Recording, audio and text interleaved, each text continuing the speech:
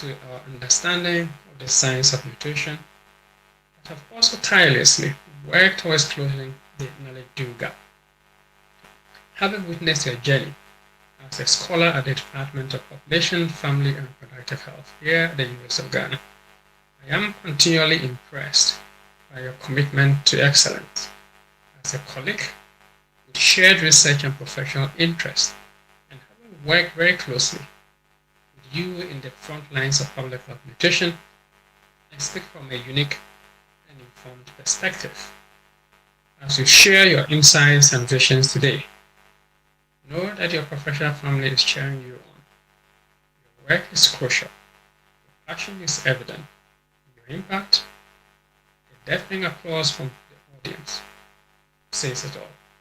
My recollection goes back to 2014 when I came to Ghana as the president of the African Nutrition Society, and I was putting together a team to organize the African Nutrition Epidemiology Conference, ANEC, in 2014. Richmond anchored the logistics operation, and I would say he did an excellent job. The program was seamless, and out of the ANEC conference, we wrote a couple of papers, of which he was the first author for one, and then subsequently we have published together. Richmond is a prolific writer. We've also gone on to serve on several committees, and his insight is amazing. I have no doubt that as full professor, he will mentor a lot of people coming up after him and do a good job and leave a legacy. We first met him in 2019 when FAO country office, the Gambia, engaged him as a consultant. His mission was to aid in the development of our national food-based dietary guidelines. Thanks to his expertise and resilience, we shortly had a draft copy at hand. During the development process, Professor Aryeetey visited the Gambia twice, yet his guidance extended far beyond these visits. He continued to support us virtually, ensuring the completion of the document. His mentorship was invaluable. Under his coaching, we improved our skills on evidence review, pre-testing, analysis, among other areas related to nutrition and health. As a ministry, we are immensely grateful for his selfless service and dedication. Prof. Aryeetey was my first head of department when I joined the university years ago. I was a complete novice, didn't know anything about academia, but Prof took me under his wings and showed me the ropes on what I needed to do to survive academia. And it's been an interesting journey, very fruitful journey, because I've had somebody like him mentoring me, supervising me during my PhD, and he's also been a friend all these years. One of the things I can say about Prof is that he's so patient. Prof handled me with so much patience as a student that I always try to pass it on to the students that I supervise. And so I want to say on this momentous occasion that Prof, thank you so much for being a good example. Thank you for showing me the ropes. Thank you for all the advice. Professor Aryeetey is a mentor who specializes in identifying and developing young talent. His patient leadership was very inspiring. I only have beautiful memories of his patient guidance and leadership, also the project. And more importantly, I remember throughout the project that it was not just about getting the job done and moving on to the next task for him. It was more about, he was interested in my career development and growth, and this was very important to having a proper work culture, work environment. I first met Richmond at a conflicts of interest workshop we were running when I was based at the University of Cambridge in the UK back in 2018. And I remember thinking when I met Richmond and spoke with him that he was someone who I would love to collaborate with and engage with further. And as it turned out, I was able to do that. And we've had the opportunity to work together on conflict of interest research in Ghana. He's also helped me out with some global advocacy research, which I promise I will finish soon, Richmond. Richmond consistently brings great insights to every project he is involved in due to his wealth of experience, and it's been an absolute pleasure working with him, and I truly look forward to continuing to work with him going forward. All the best. Thank you. In the over 2 decades that I have worked with Prof Aryeetey, he has shown amazing commitment and passion in the generation and use of evidence to contribute to nutrition policy formulation and programming. He has always a level.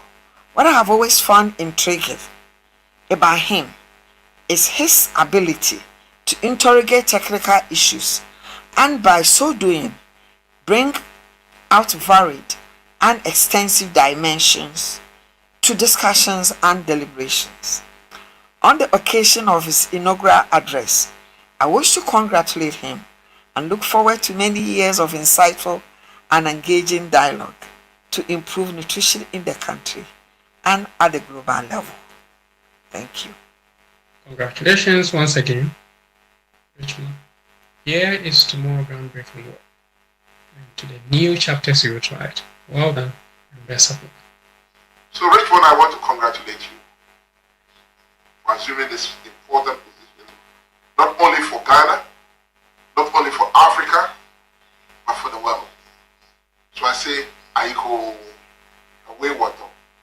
We therefore extending our special gratitude and wish him the very best in his future endeavors.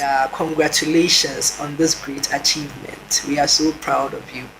Ayuku. Professor Aryeetey, congratulations, and we're cheering you on. Aiko. Your research and advocacy in the field of maternal, infant, and young child nutrition truly deserves this recognition. You've not only contributed to our understanding of the science of nutrition, but have also tirelessly worked towards closing the knowledge gap. Having witnessed your journey as a scholar at the Department of Population, Family and Reproductive Health here at the University of Ghana, I am continually impressed by your commitment to excellence as a colleague with shared research and professional interest, and having worked very closely with you in the front lines of public health nutrition, I speak from a unique and informed perspective. As you share your insights and visions today, know that your professional family is cheering you on. Your work is crucial, your passion is evident, and your impact, the deafening applause from the audience, says it all. My recollection goes back to 2014 when I came to Ghana as the president of the African Nutrition Society, and I was putting together a team to organize the African Nutrition Epidemiology Conference, ANEC, in 2014. Richmond anchored the logistics operation, and I would say he did an excellent job. The program was seamless, and out of the ANEC conference, we wrote a couple of papers, of which he was the first author for one, and then subsequently we have published together. Richmond is a prolific writer. We've also gone on to serve on several committees, and his insight is amazing. I have no doubt that as full professor, he will mentor a lot of people coming up after him and do a good job and leave a legacy. We first met him in 2019 when FAO country office, the Gambia, engaged him as a consultant. His mission was to aid in the development of our national food-based dietary guidelines. Thanks to his expertise and resilience, we shortly had a draft copy at hand. During the development process, Professor Aryeetey visited the Gambia twice, yet his guidance extended far beyond these visits. He continued to support us virtually, ensuring the completion of the document.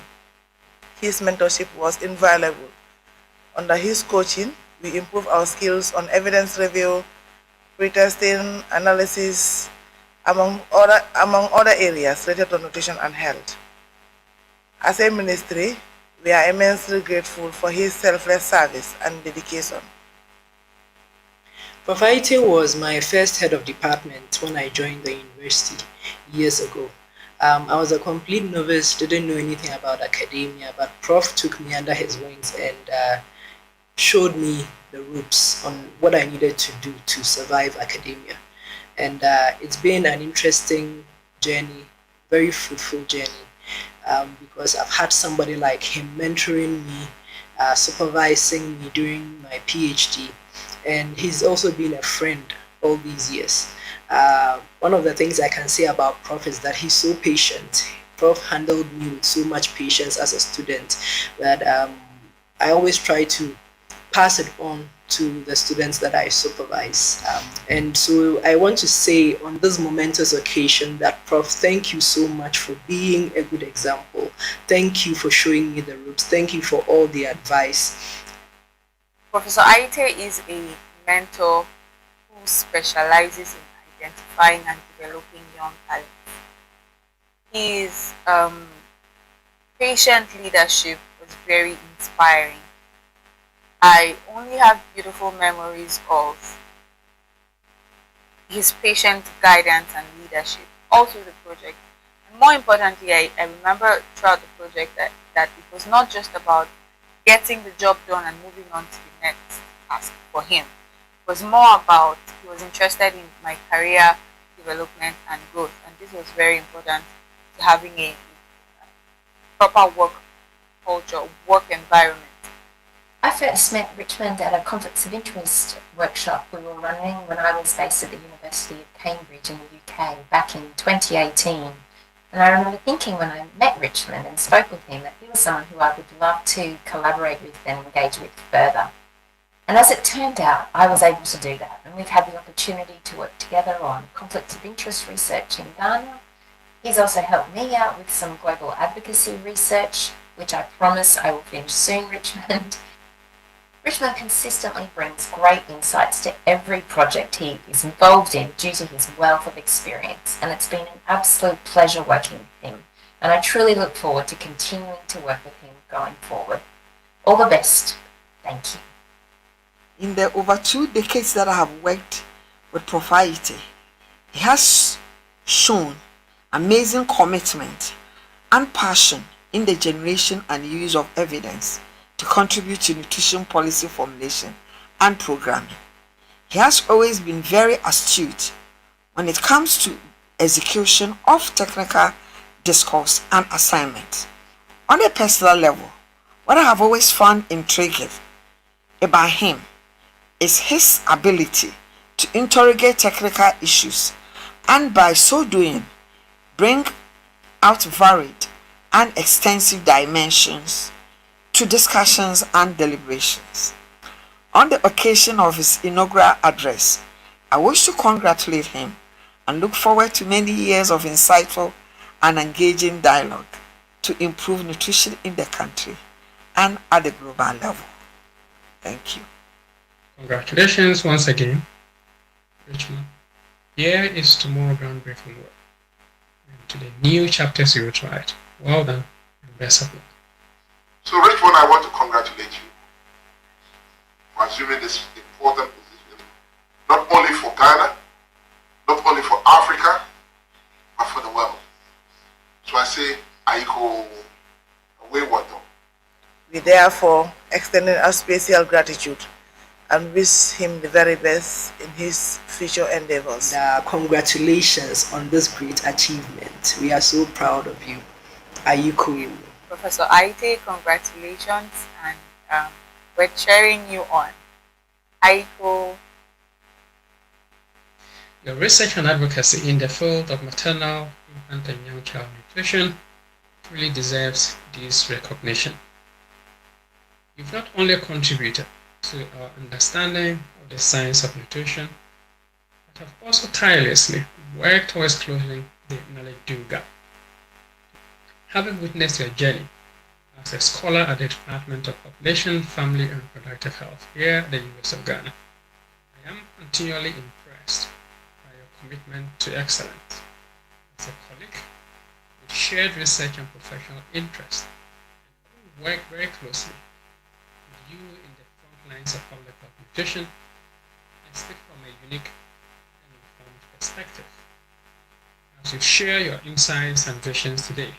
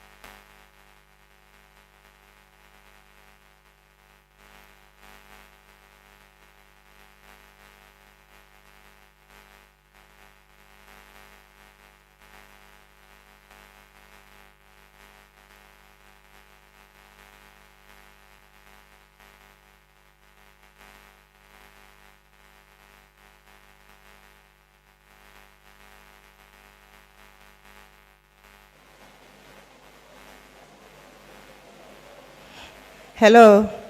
Thank you.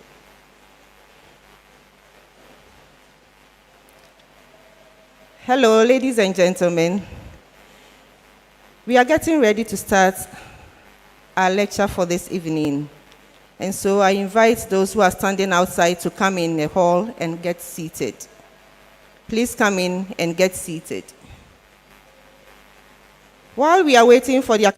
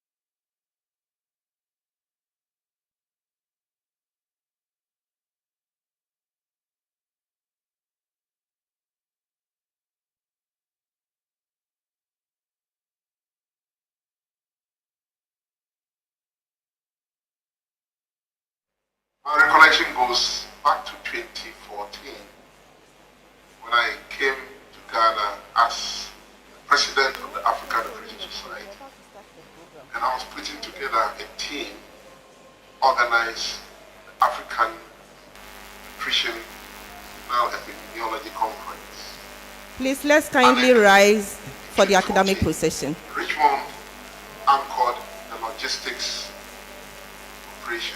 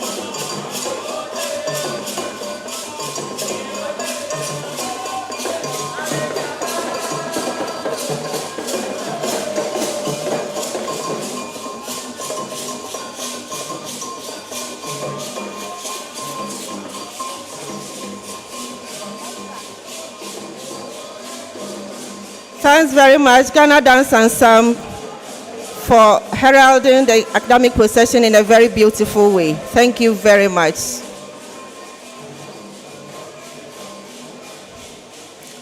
Please kindly resume your seats. Thank you.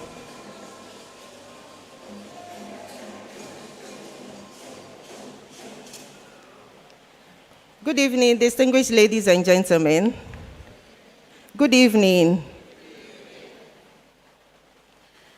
It is my great pleasure that I welcome you to the University of Ghana, the nation's hope and glory, on behalf of our Vice Chancellor and the management of this university, as we celebrate Professor Richmond Nii Okai Aryeetey, a professor of public health nutrition at the School of Public Health and head of the Department of Population, Family and Reproductive Health in the same school.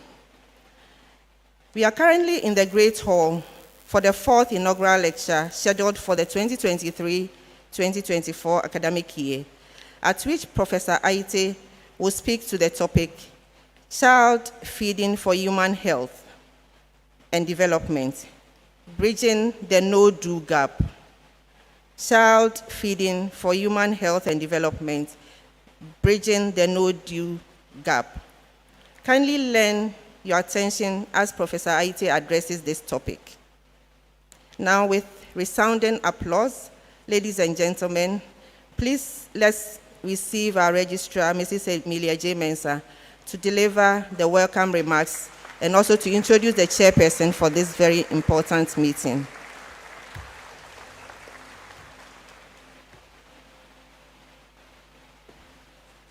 Thank you very much, Director of Public Affairs, Vice Chancellor, officials of the university, both past and present, distinguished ladies and gentlemen. A very good evening to you all, and also a very warm welcome to the Great Hall and to this evening's inaugural lecture, which is to be delivered by Professor Richmond Nii Okai Aryeetey of the Department of Population, Family and Reproductive Health of the University School of Public Health. We also acknowledge all of those who are joining us online.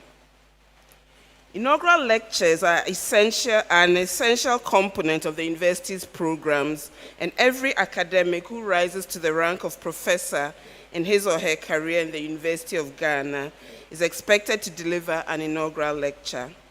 This offers the university the opportunity to recognize and showcase the academic achievements of its faculty, and also enables professors to share their research with colleagues within and outside the university, and to celebrate this important milestone with their family and friends.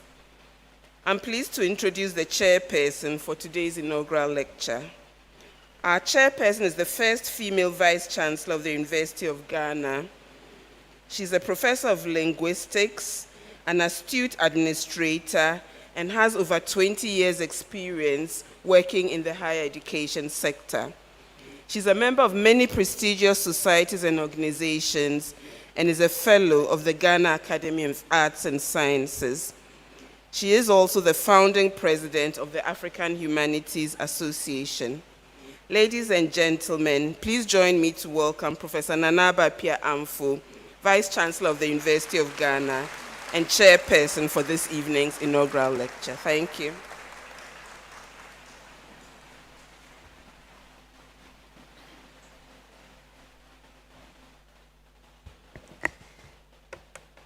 Thank you, Madam Registrar, for your kind introduction.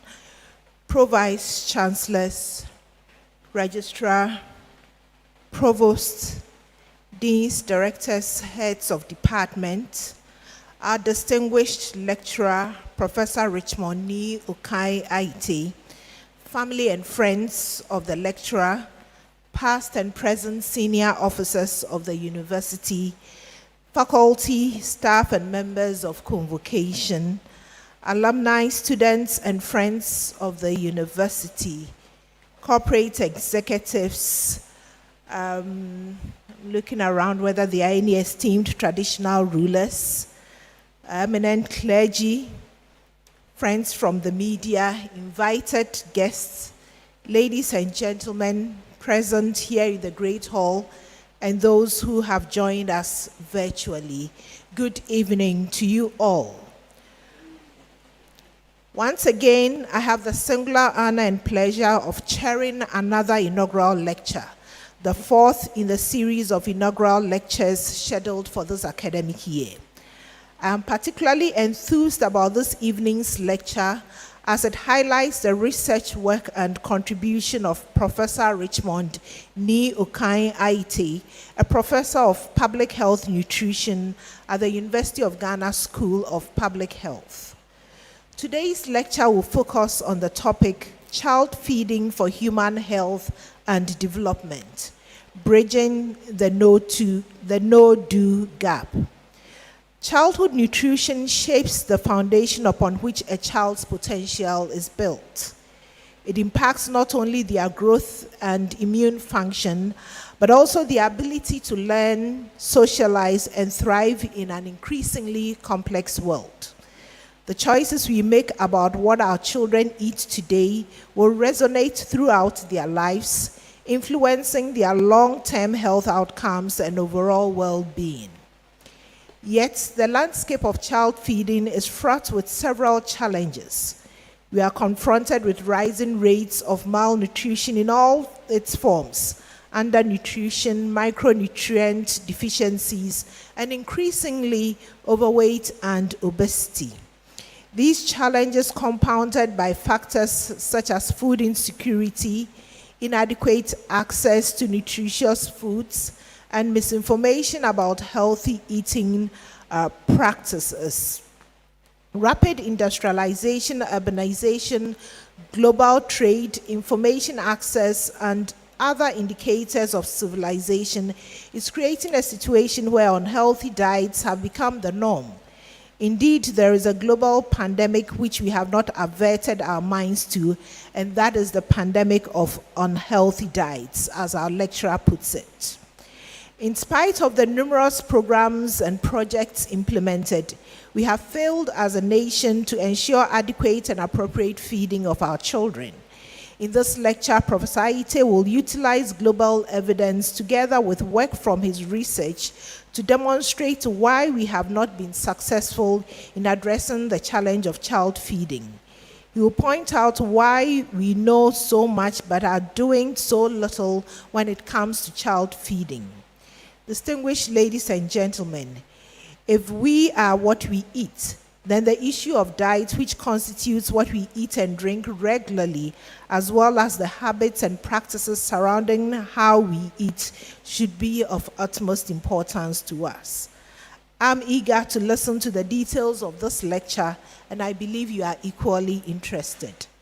I will therefore now proceed to give a brief introduction of the lecturer for this evening's inaugural lecture. Professor Richmond Nii Okai Aryeetey is a professor of public health nutrition at the University of Ghana School of Public Health. He has over 2 decades of experience as a public health nutrition expert. He currently heads the Department of Population, Family, and Reproductive Health. He has previously served as the head of Department of Biostatistics. He joined the School of Public Health as a lecturer in 2007.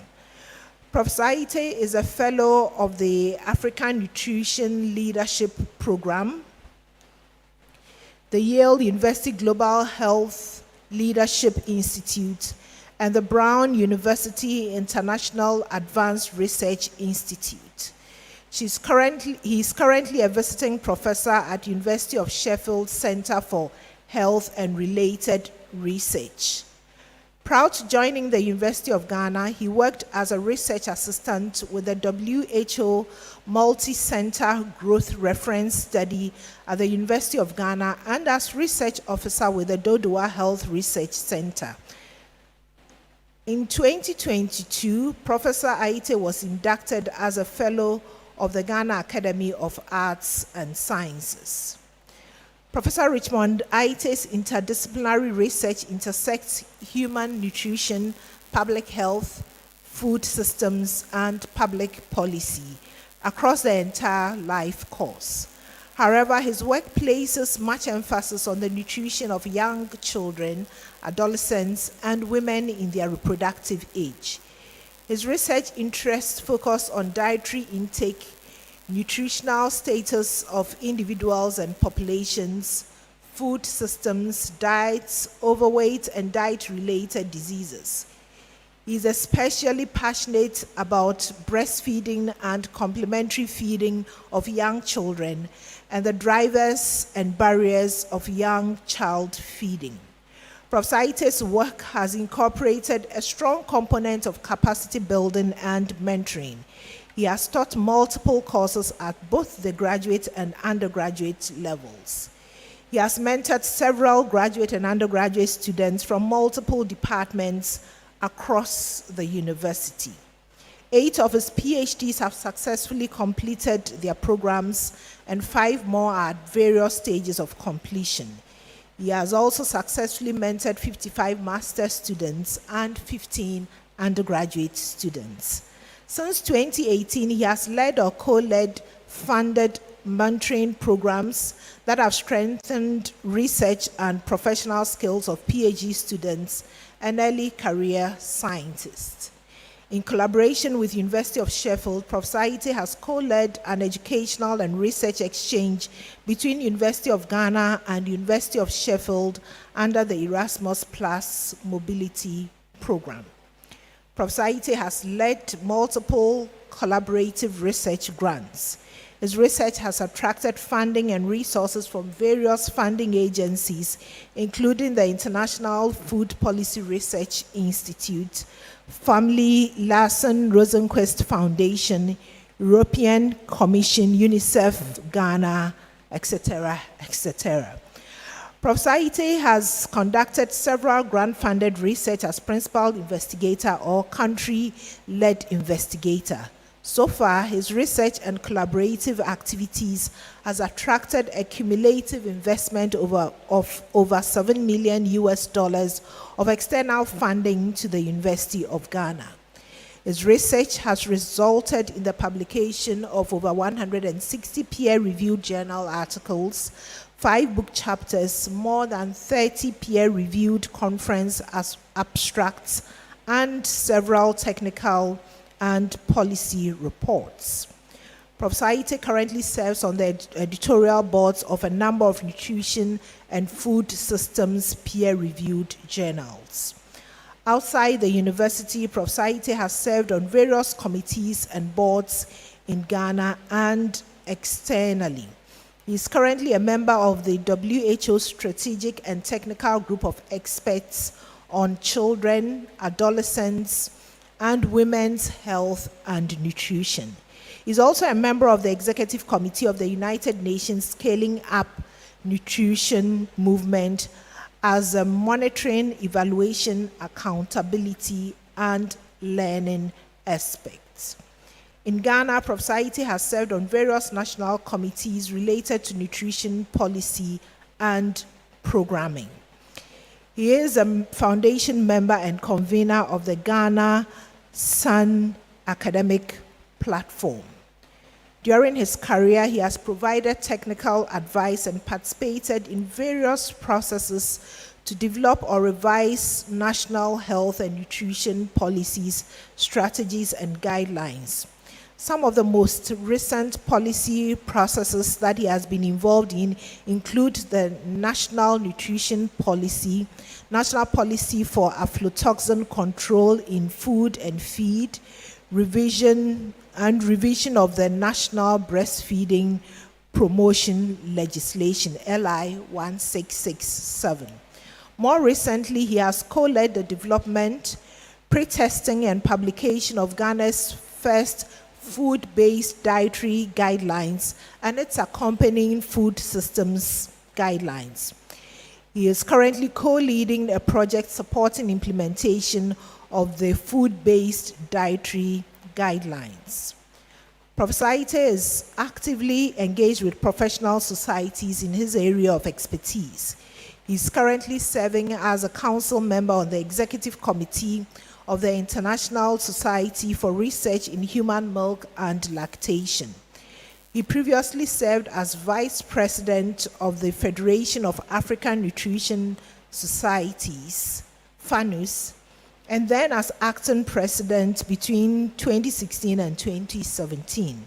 He's also a member of the American Society of Nutrition, the African Nutrition Society, the Ghana Academy of Nutrition and Dietetics, and the Ghana Science Association. Prof. Aryeetey has served on various boards and committees at the University of Ghana, including the Academic Board and Orid Management Board. He's also served in various ad hoc roles, including GUSA Games Planning, Program Course Development, and University of Ghana Research Fund Proposals Review. He has played the role of sports patron and floor tutor at the Kwafo Hall. Prof. Aryeetey is married to Mrs. Faustina Aryeetey, and they are blessed with 3 children: David Nii Okai, Kevin Nii Okai Aryeetey, and Faustina Nii Okai. In addition, their home is open to several young people under their mentorship and supervision. Professor Aryeetey is a Christian and a member of the Legon Interdenominational Church. He loves music and is a member of the LIC choir. He also loves reading, traveling, art, architecture, and sports. His love for sports is what drove him to establish the Legon Swimming Club in 2013. He also plays tennis, racquetball, table tennis, and pickleball. Ladies and gentlemen, it is my pleasure now to invite Professor Richmond Aryeetey to deliver his inaugural lecture. Thank you.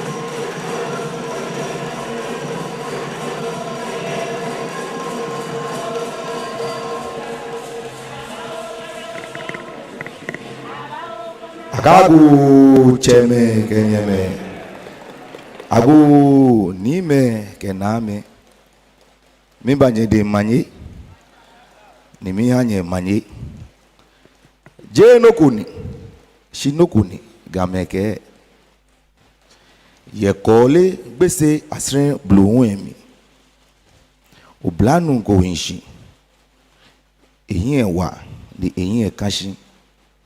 Oblanu kakaloni inagbe ete school baba o ekpo ye adesa niyeli ke egbomocho ewale namomli ye afi akpe enyon ke panyon biamli ina egbe di ibafata wo Ghana Jaku school agbo nima Nile Gono, Wachole, University of Ghana.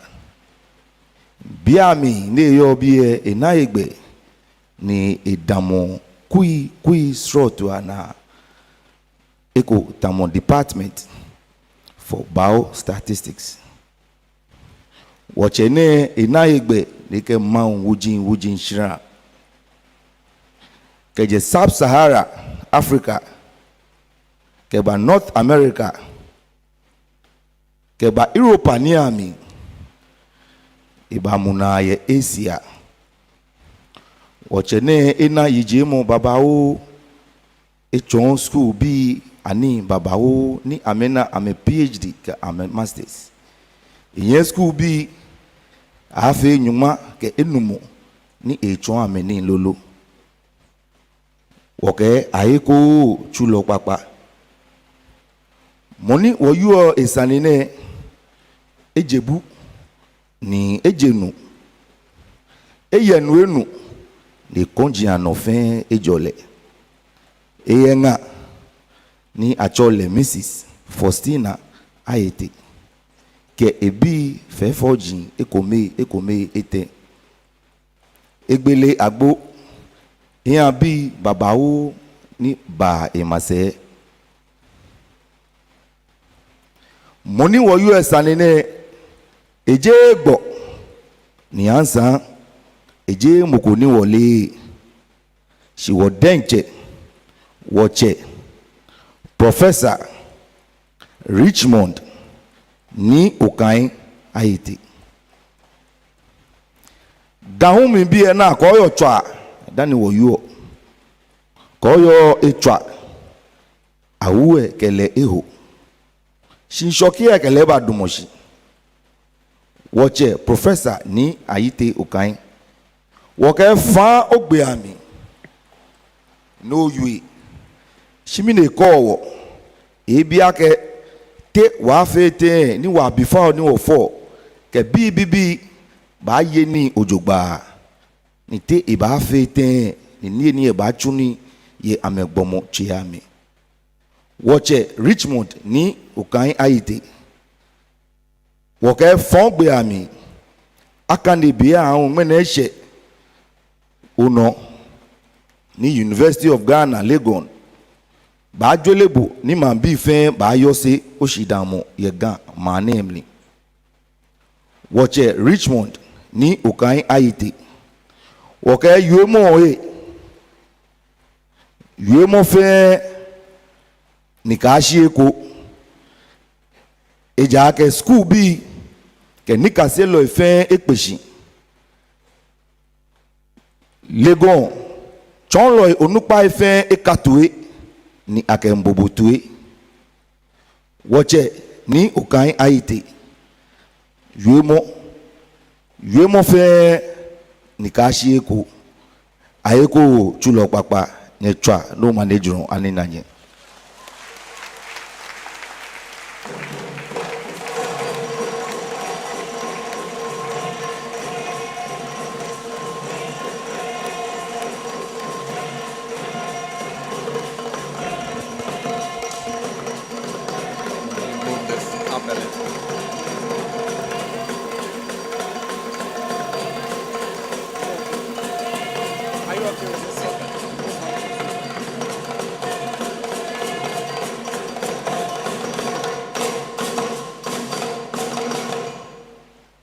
Radon,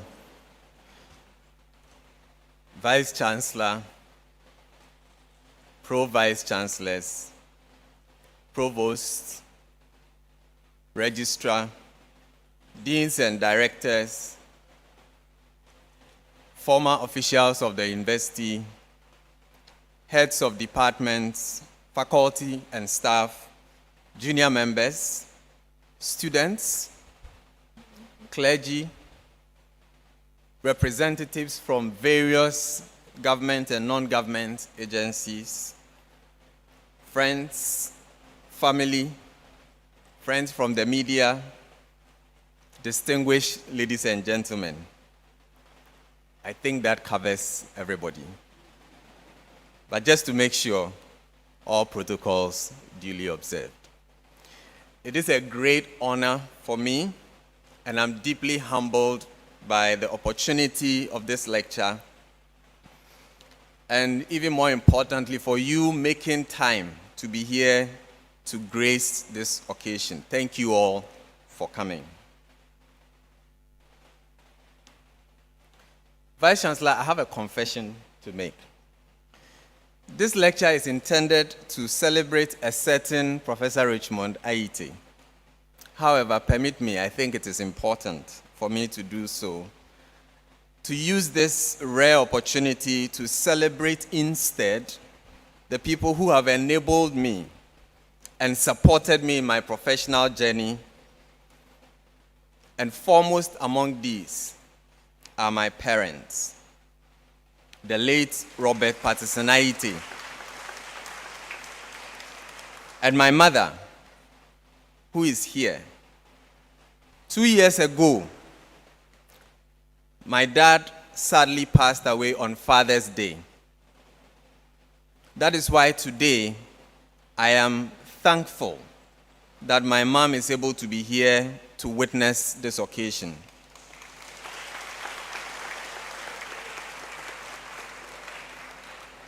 In the Bible, Proverbs 13:22a says, "A good person leaves a legacy for their children's children." My father is gone, but he and my mother left me and my siblings the legacy of passing on education to our children. The good news is that my mother is here. So, ladies and gentlemen, please, in all humility, join me to applaud my mother, Mrs. Elizabeth Aryeetey. Thank you very much, Ma'am.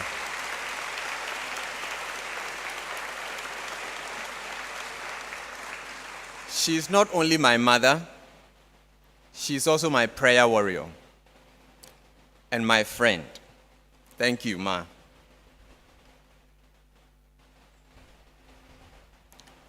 On Monday, during the opening ceremony of the exhibition of my scholarly works at the BAM Library, I had the opportunity to honor these very special women that you see on the screen, who, like my parents, supported my journey in diverse ways.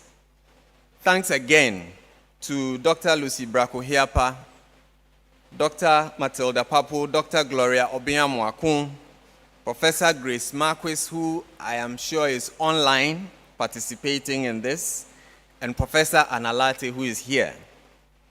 I appreciate you all for your selfless contribution to my journey and for allowing me to stand on your shoulders so I can see further. God bless you. Once again, please join me in applauding them. Okay, now let's go to the lecture. I have divided it into 5 parts. In part 1, I'll give a brief overview of my academic journey. And then I'll go to part 2, where I'll set the scene for talking about the importance of diets to human health and development. In part 3, I will focus on the conversation around the diets of children, especially infants and young children.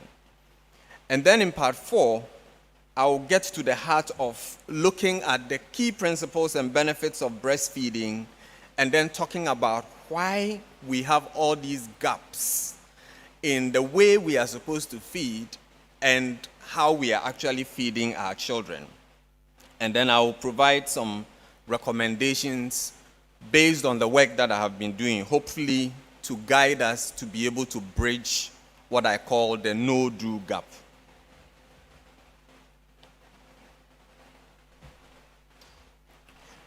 My journey to this podium is a story of grace, and this is part 1.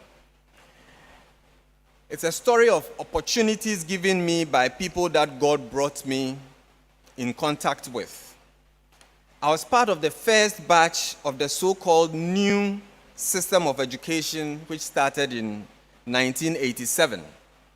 I was in class 5 when my headmaster, who was also my grandfather, the late J.A. Sakifio, decided to promote me from JSS 1, from class 5 to JSS 1. And so I started school at Odoko 5 and 6. From there, I went to Accra Academy, where I studied science with biology. Although I had been top of my class all through primary and JSS, in Accra Academy, the story was different. I think I was cruising at the bottom half of the class, not necessarily the bottom. This was made worse by the fact that both the secondary schools and the universities at that time were not prepared for the first batch of this new education system. I barely made it to university because of these situations. At Legon, my intention was to study medicine, but eventually I graduated with a bachelor's in food science and nutrition. Then I had opportunity to have my national service with a new project that was being carried out in my department. This is the project that gave us the weighing cards that are used to measure our children these days. It is through this project that my desire and interest in public health was ignited. Subsequently, I studied for a master's degree in public health here in this university. And then I spent a year working with the Ghana Health Service at the Dodowa Health Research Center, where I had further practical training in public health. It was from Dodowa that I left for my PhD training at Iowa State University. I completed my training and promptly returned to Ghana in 2007. And then in November, I was hired to work in this university. When I was ready to come back, a lot of people were telling me, this is the wrong decision you are making. I think it's the best decision I made, apart from marrying my beautiful wife, Faustina.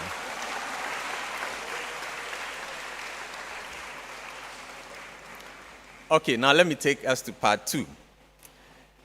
So here I'll talk a little bit about the scope of my work that I've been doing over the last few years.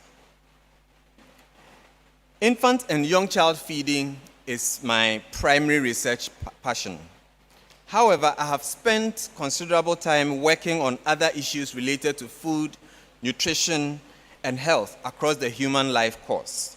My research has included food systems, health, and nutrition of school-age children, food security, food and nutrition policy, the links between health and nutrition, and then also, as you heard earlier, I'm passionate about sports. So I've been working also in physical activity, and more recently, also in evidence-informed decision-making, among others. For this lecture, however, I will focus on the feeding of young children with the hope of bringing greater public and policy attention to this critical but often neglected issue. You are what you eat. This is a rather familiar phrase to most, I hope. I will assume that we can make the connection between diet and health. Diet simply refers to what you usually eat or drink, and the patterns and habits that constitute your routine eating behavior. For example, if you wake up in the morning and gobe is part of what you would usually eat in the morning, that's part of your diet. Most people easily make the connection between diet and its short-term effect on health. But diet can also have a longer-term impact. There is robust evidence that what you habitually eat is a critical determinant of your health today and also in the future. Now, in the particular case of women, let's take women in reproductive age, it can also determine the nutrition and well-being of your children. And more than that, it can also affect the children of your children. Time will not permit me to go into the details of that. According to the Global Burden of Disease study, 22% of adult deaths in 2017 were linked with poor diets. For example, diets that are high in salt, sodium, basically. And this is only one aspect of what we measure as diet. These kinds of diets were linked with about 2 million deaths in 2019. So watch when you are shaking the salt. I want you to remember this throughout the lecture. What we consume, whether by deliberate choice or otherwise, and how we consume it determines our health, determines our productivity individually and collectively. I hope this image tells what I want to say. Of the 23 most highly ranked risk factors of disease burden, 13 are linked with either diet or nutritional status. It just means that diets play a big role in disease burden. If you take the top 20 causes of death, and this is for 2022, 9 are nutrition or diet related. Indeed, nutrition transition is one of the key reasons that can explain why our diet has become one of the leading causes of death. This nutrition transition, let me explain it in just 2 parts. Firstly, what is happening is that we are eating too much and too frequently highly processed foods. And the food ingredients that we need to be limiting in our diets, particularly sugar, salt, oil. A lot of our food these days has these ingredients. It looks like these days, when in doubt, fry the food, isn't it? We know that such foods increase our risk of chronic diseases, and there's lots of evidence that demonstrate this.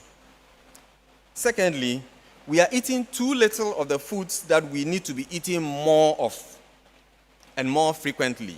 So fruits, vegetables, whole grains, legumes, these are the ones that we should be eating more of. Now, there are a group of us at the School of Public Health who have been working actively over the past decade to address these dietary challenges that I have talked about for the Ghanaian context. I am excited that in 2023, 2 key milestones were reached based on our work. First is the launch of the National Food-Based Dietary Guidelines, and the second one is Parliament's passing of the Excise Duty Amendment Act 2023. These outcomes were based on our research and advocacy that I and my colleagues at the School of Public Health have carried out over the past decade. We have done this because we were able to partner with government and non-government agencies across the country. The Food-Based Dietary Guideline is a tool that is supposed to enable us be able to choose healthier diets. The Excise Duty Amendment Act imposes taxes on sugar-sweetened beverages, which we are consuming too much and we know are not good for our health. Having led the research on which the Food-Based Dietary Guidelines was based, I was privileged to co-chair the National Technical Tax Team that drafted, tested, and validated the Food-Based Dietary Guidelines with support from the Food and Agriculture Organization. And I think we as a university should be really proud of this achievement because we are not just producing research, we are also contributing to its application.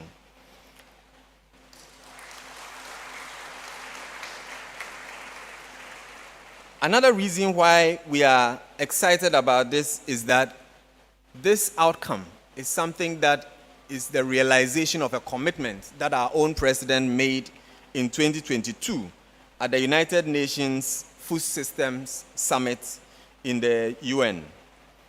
Currently, we are one of only 11 countries which have developed food-based dietary guidelines in Africa. Part 3. From here on, I'll focus on the diets of infants and young children with emphasis on breastfeeding. And I will demonstrate that the diet of young children is even more critical for human health and development, especially for those of us who live in the global south. And here are the reasons why. Appropriate child feeding is equivalent to investing in the child's human capital. So it's more than just putting food in their mouth. This human capital translates into the ability of children to survive. We live in the part of the world where infectious disease is a major challenge, and the diet is critical to help them survive this. Also, optimal feeding enables children beyond surviving to thrive and to be productive and reach their God-given potential. Now, the evidence is quite clear. Well-fed children perform better in terms of their physical growth. They experience lower risk of infections. They have enhanced learning potential and therefore perform better in school and are set on a good track for productive adult lives and livelihoods. There's strong empirical evidence to support the need to feed children better diets. Let me illustrate it with one very key study that was done very early in the 60s in Guatemala. This was among a cohort of young children from 4 villages who were put into 2 groups in an experiment, where one group was fed a high nutritious supplement, and the other was giving something else that provided them just calories. Now, over time, they tracked them, and some even into the early 2000s, over many years.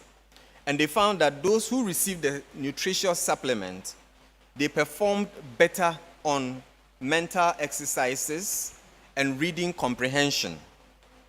And their performance was even better if they had longer exposure to the food supplement. Now, when they had grown and become adults, they were also earning significantly higher wages than the comparison group. There is even indication that they may be working more efficiently because they were spending less duration to be able to get the income that they were obtaining. Now, if you look at the females among them, they also gave birth to children who were taller, about 1.3 centimeters taller on average than the comparison group, indicating the benefit for the next generation as well. Other studies have replicated these outcomes in many other settings. In our own research that we have done in the Eastern region, we also conducted an experiment where we exposed children to an integrated intervention that included giving them chickens so that they can have a poultry with opportunity to produce eggs. They also had a home garden. We supported them with nutrition education and enhanced the health system in the community. Altogether, this study resulted in significantly improved growth in those who were exposed to the intervention. Now, beyond the science outcomes that I have mentioned, there is also a moral imperative for ensuring that children are fed well. Ghana was the first country to ratify the United Nations Conventions on the Rights of the Child. Articles 24 and 27 of the Conventions on the Rights of the Child explicitly outlines the necessity for countries to create an enabling environment for young children to receive optimal diets, irrespective of whether their parents can afford it or otherwise. So there's a role for the state to play. Yet only last month, I had the opportunity to review a document that the UNICEF published. And this document reported that 181 million children around the world were living in what we call food poverty. This simply means that the quality of their diets were poor. In Ghana, it is sad to know that 70% of Ghanaian children were classified as food poor. Now, young children have rights like us adults. They deserve and must be accorded the right to appropriate nutrition. Another reason to optimize child feeding is the rather high penalty for not doing so. In 2016, the National Development Planning Commission published a report on the cost of hunger in Ghana. The report indicated that suboptimal nutrition of young children was associated with 1.3 million clinical episodes of illness, and this cost the nation 360 million Ghana cedis at the time. So this is money we are losing because of poor nutrition. 10% of all school repetitions was also attributed to malnutrition, and then this was costed at 15 million Ghana cedis. Now, the worst part of it is this one. In 2012, we lost almost 5 billion Ghana cedis, the equivalent of 3 billion United States dollars, which represents 6.4% of our GDP. I think, and I'm sure you would agree with me, that this is too high a penalty that we must do everything that we can to avoid paying. All right, now let me go to part 4. So, how then can we feed our children better? First, there are two main ways that we feed our young children. One is breastfeeding, and it looks like in Ghana it's common for everybody to think about breastfeeding their children. The other is when breastfeeding transitions into a stage where it is complemented with other appropriate foods from age 6 months and above. We call it complementary feeding. For the purpose of this lecture, I will focus everything else from now to the end on breastfeeding. A few principles are important to mention about how we should feed our children. First, there is the need to recognize that young children are entirely dependent on their caregivers. Unlike older persons, they cannot say when they are hungry. Sometimes the way they say it is through signs, crying, and all kinds of motions and cues that they give us. And they depend on their caregivers to decipher these cues that they give us and to do it correctly and in a timely fashion. Try a child who is hungry and you don't respond in time. You would not be happy with the response. Early childhood, especially below age 2, is a time of rapid growth, faster than any other time in life apart from adolescence. However, infants and young children have the limitation of a small stomach. Therefore, they must be fed more frequently than older children, and this can be inconvenient for caregivers. Child feeding is also complex and dynamic, constantly changing, and so the parents or the caregiver has to keep up with the child. It requires here also two key actions that we often get wrong culturally. Young children must be fed on demand, anywhere, anytime, and not on the mother's schedule. And the mothers here know it. Second, optimal feeding requires being responsive, meaning that the caregiver should be observant and respond promptly to the hunger cues. Further, feeding challenges can occur, and they occur frequently. Therefore, there is need to deliberately take steps to support caregivers. And for first-time mothers, this can usually be very challenging. Finally, there are critical feeding transitions that can have adverse implications later in life. If a child associates a particular feeding approach with trauma, this can alter the way they eat later on in life. And that's why things like forced feeding should not be encouraged. Now, let me turn my attention to breast milk because that is central to breastfeeding. The ability to produce milk is not unique to humans. We belong to the group of animals called mammals, and we share with them the ability to produce milk. But there are important biochemical differences in milk depending on which species is involved. For example, if you refer to the pictures up there, the one to the far right is the hooded seal.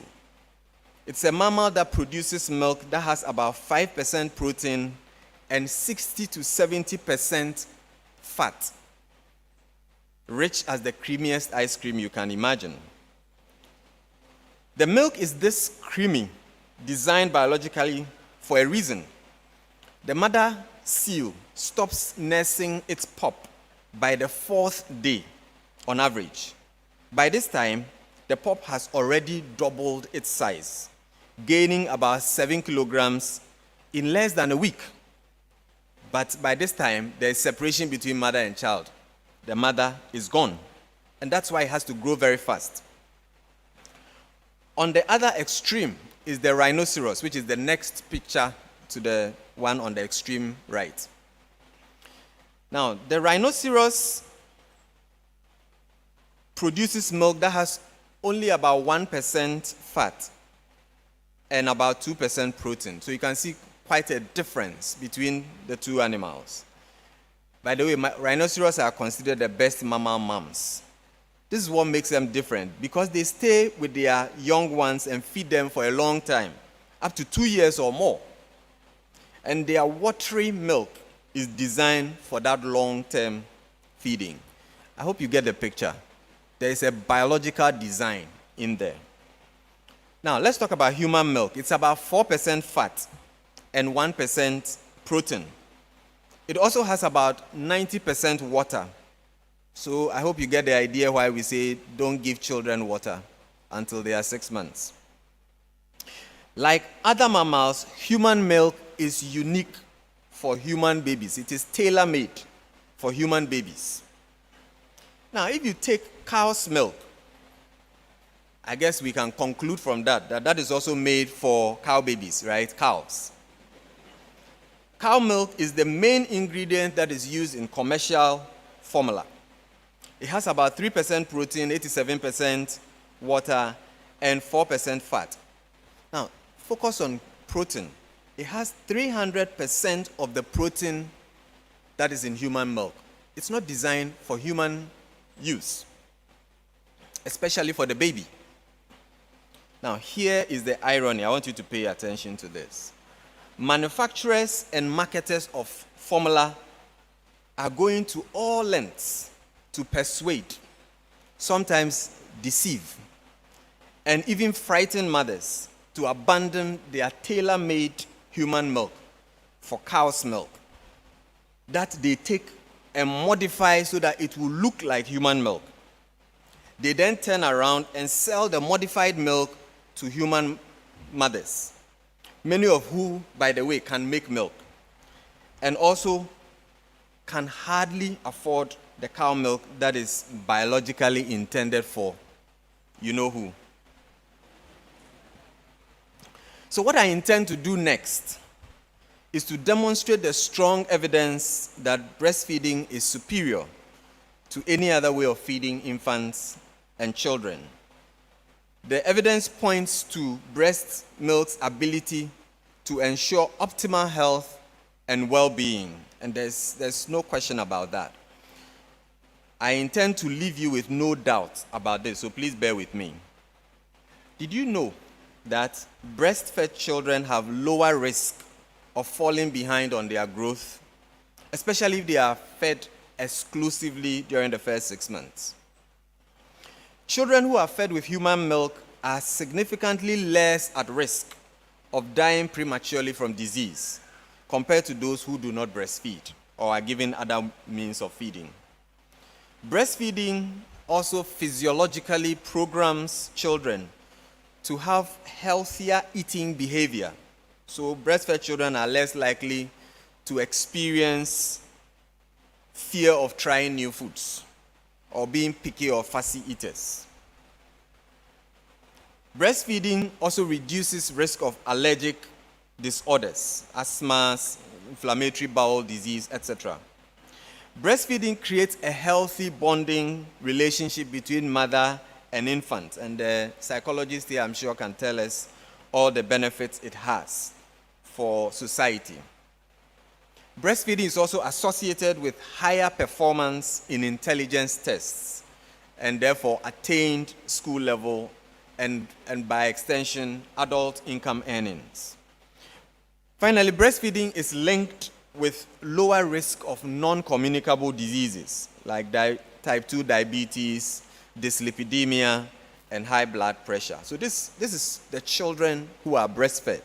Now let's look at the mothers. There are also benefits for them. Human breast milk is beneficial for the mothers in this way. Breastfeeding mothers get twice the amount of deep sleep, what we call slow wave sleep, when you compare them with formula feeding mothers or even mothers who are not feeding any child. If you're a breastfeeding mother, you have the potential to have a lower hormonal stress response. In 2016, The Lancet published a series of studies on breastfeeding which demonstrated a strong link between breastfeeding and a lower risk of ovarian cancer and breast cancer among women who breastfeed. The study showed that breastfeeding averts about 20,000 breast cancer deaths each year, and then also other non-communicable diseases, including type 2 diabetes. Optimal breastfeeding is also an effective family planning tool. And here I have to stress that we are only talking about optimal breastfeeding. If you don't do it well, you don't get the benefit.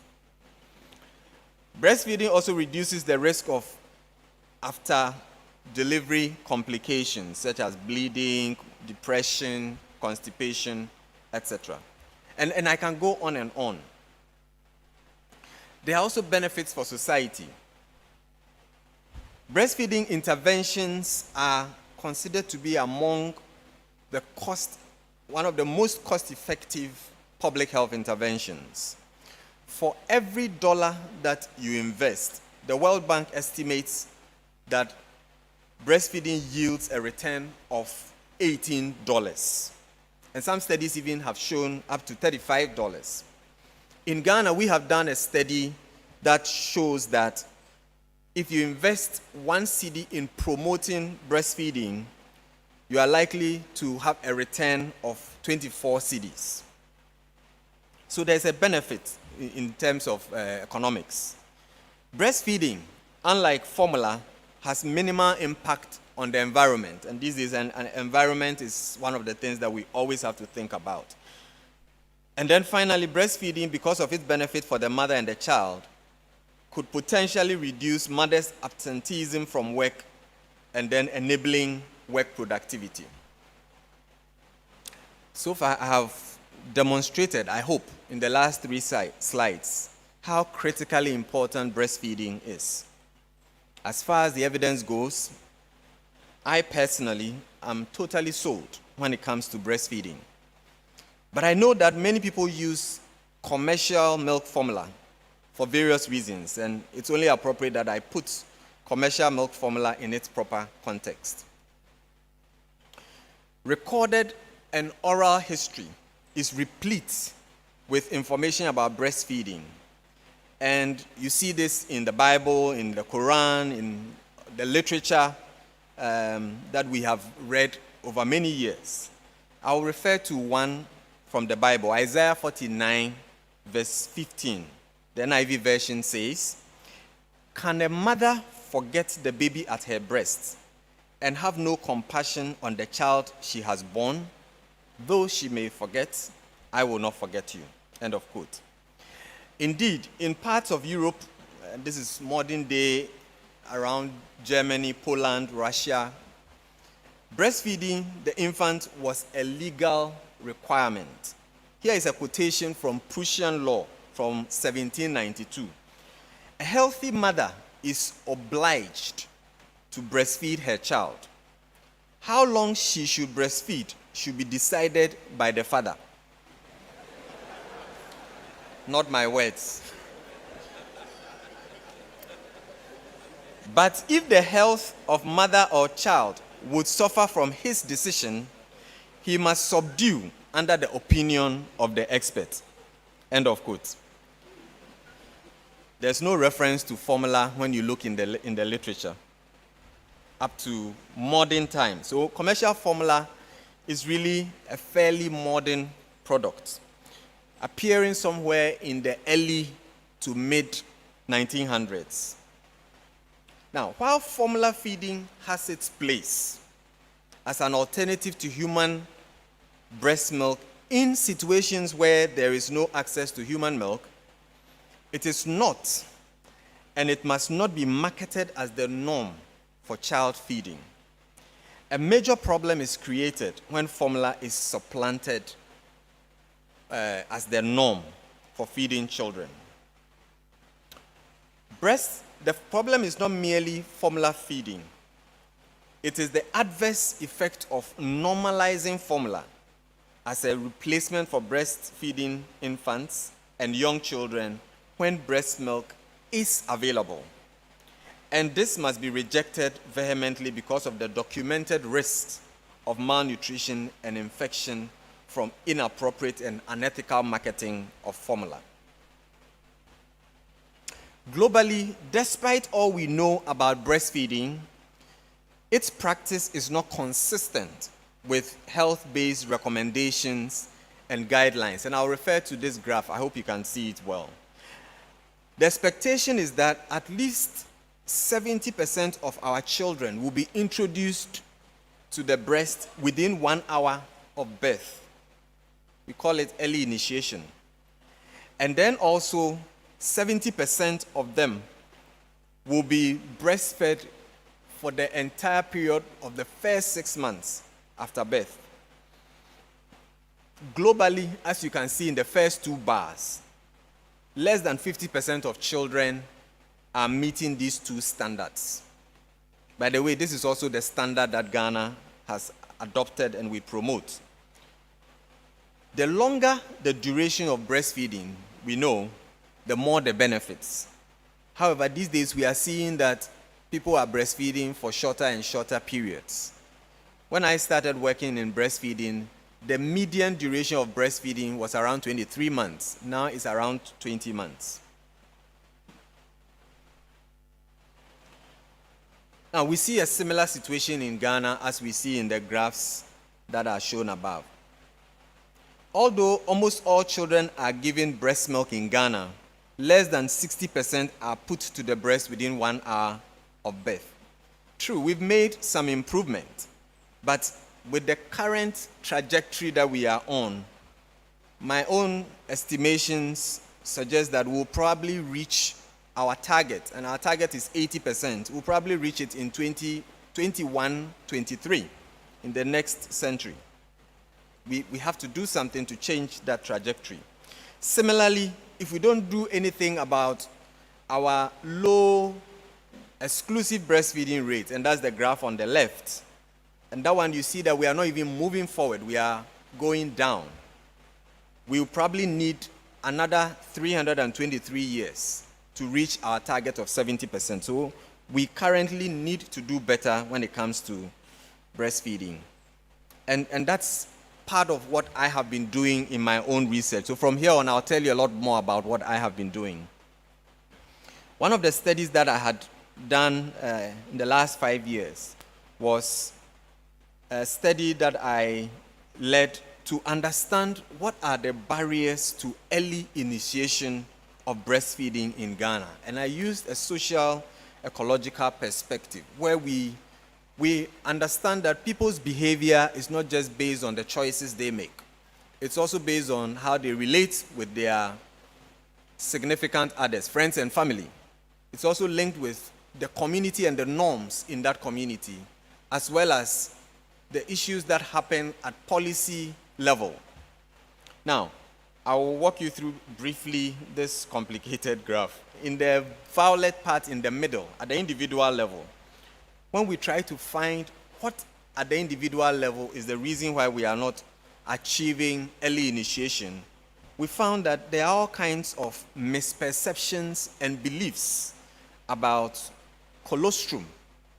Colostrum is the first milk that is produced after birth, and mothers know that this one doesn't look like mature milk. It's because it's filled with a lot of healthy components in it for the child. However, we look at it suspiciously because it looks different. In fact, there is some belief in some parts of the country that before a child is put to the breast, they express the breast milk and put it in a calabash and then drop an ant into it to see whether it will survive. And then if it survives, then you will give the milk to the child. Now, what do you think? Would that ant survive? So there are all these misperceptions. There is also at the interpersonal level where we are influenced by other people. We found that family and friends play a big role in determining how people feed their young ones. At the level of interaction with health workers, we found that there are some category of health workers who did not prioritize early initiation, and that became a barrier to mothers initiating breastfeeding early. At the community level, we also found barriers related to illicit supply of breast milk substitute, even in health facilities. And then at the broader policy level, it looks like over the years we have focused on exclusive breastfeeding. So we have not prioritized early initiation, and that's one of the barriers that we identified. Now, much of my work has focused on finding the bottlenecks in our strategies to enhance breastfeeding. And I'll highlight a few of these studies that I have done. The aim of this work is to help bridge the gap between what we know and how it leads into practice. The first one is a study I conducted about a decade ago with one of my master's students. And this was in a facility, a health facility.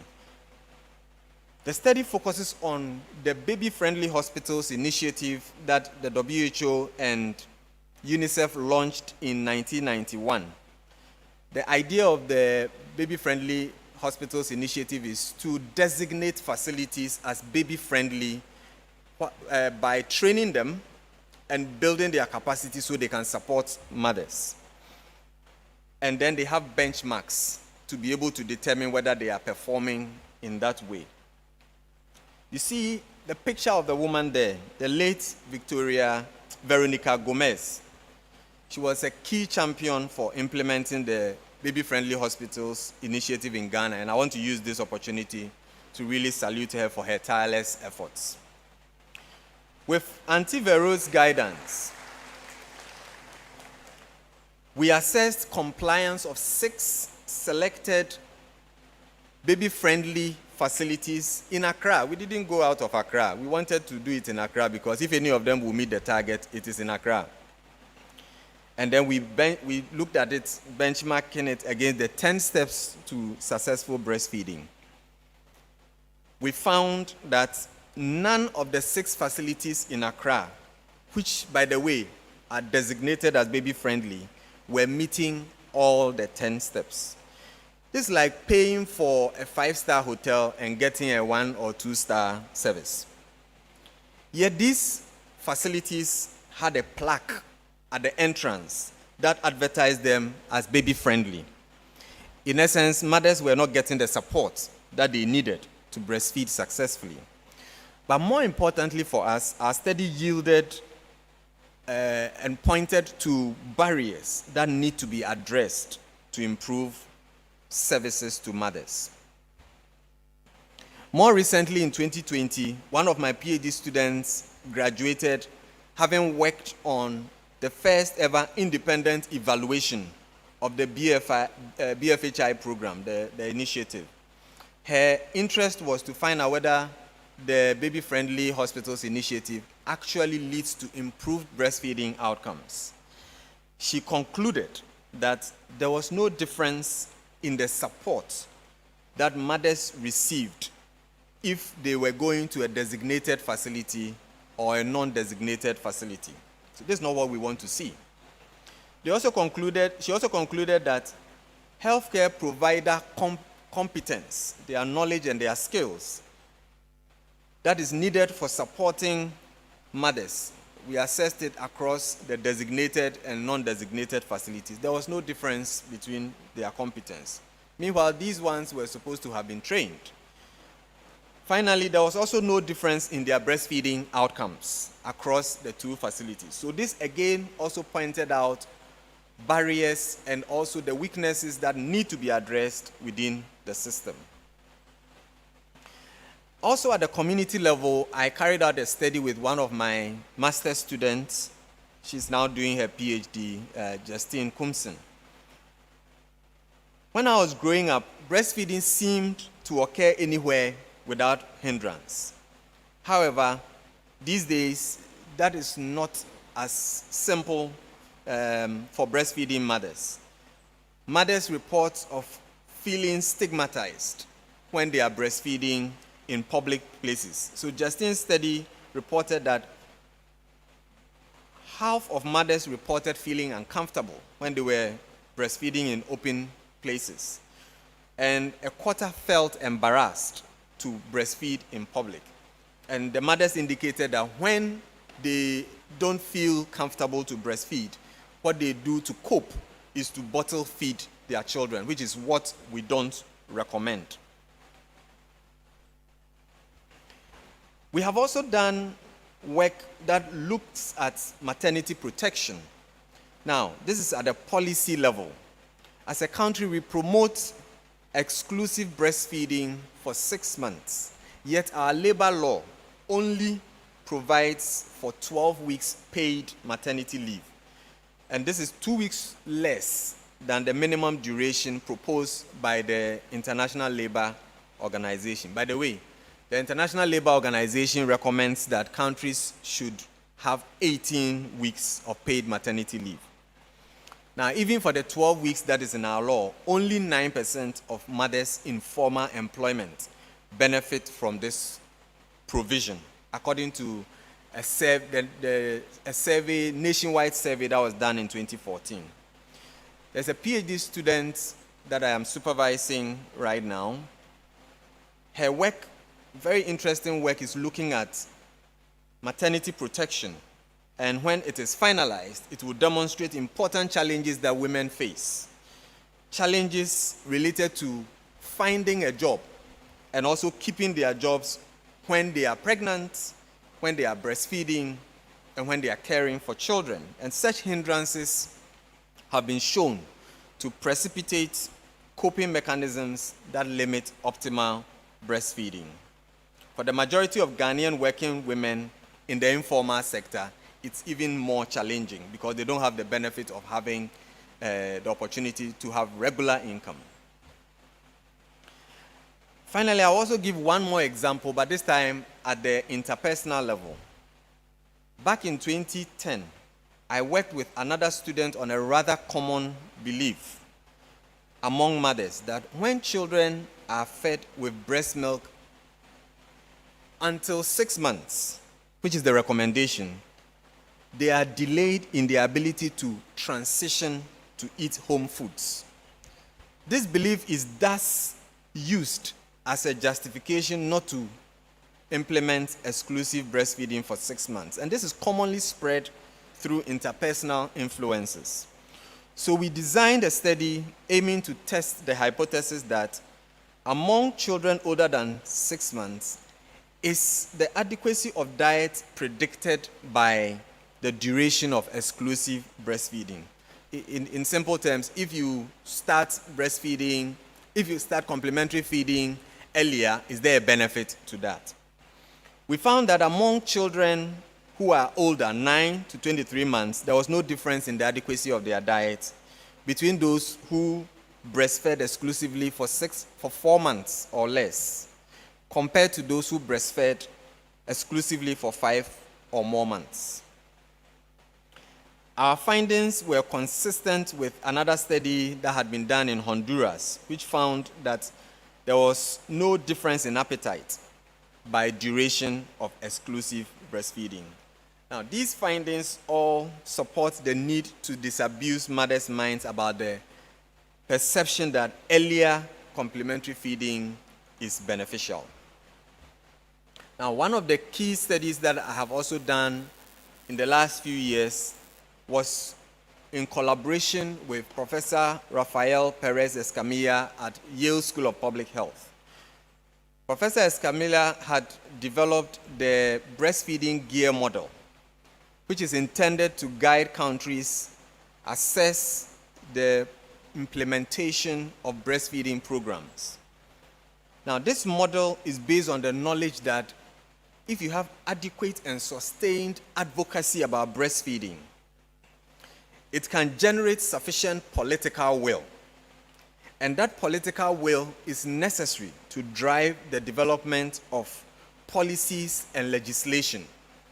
Now, if you have these policies and legislation in place, it then creates the pathway for funding that will then drive programs.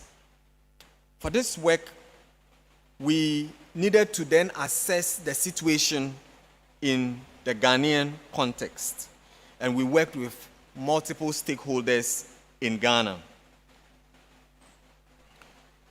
Our work eventually showed the result that we have in the box on the right. You see yellow gears and green gears. The green gears show the areas that we are doing well. We are doing well in advocacy. We are doing well in political will. So our politicians and political actors would stand on a platform and say, yeah, we support breastfeeding. But when it comes to funding, which is the critical aspect to drive the interventions, we are not doing well. In fact, most of the funding comes from the UN agencies and other similar organizations. So there is need for us to really prioritize these aspects. And these aspects that are in yellow show where we need to put a lot of our emphasis. Out of this work that we had done, we had also demonstrated that if we use very simple and low-cost strategies like social media, we can actually improve communication and promotion of breastfeeding. Our work demonstrated successful feasibility of using Twitter and Facebook to communicate breastfeeding. Finally, we are currently working with the Family Larsen Rosenquist Foundation to develop what we call a living database of interventions. There are all kinds of interventions that have been tried around the world, and they are usually locked behind paywalls. So our work is going to create a repository where program managers can easily access them.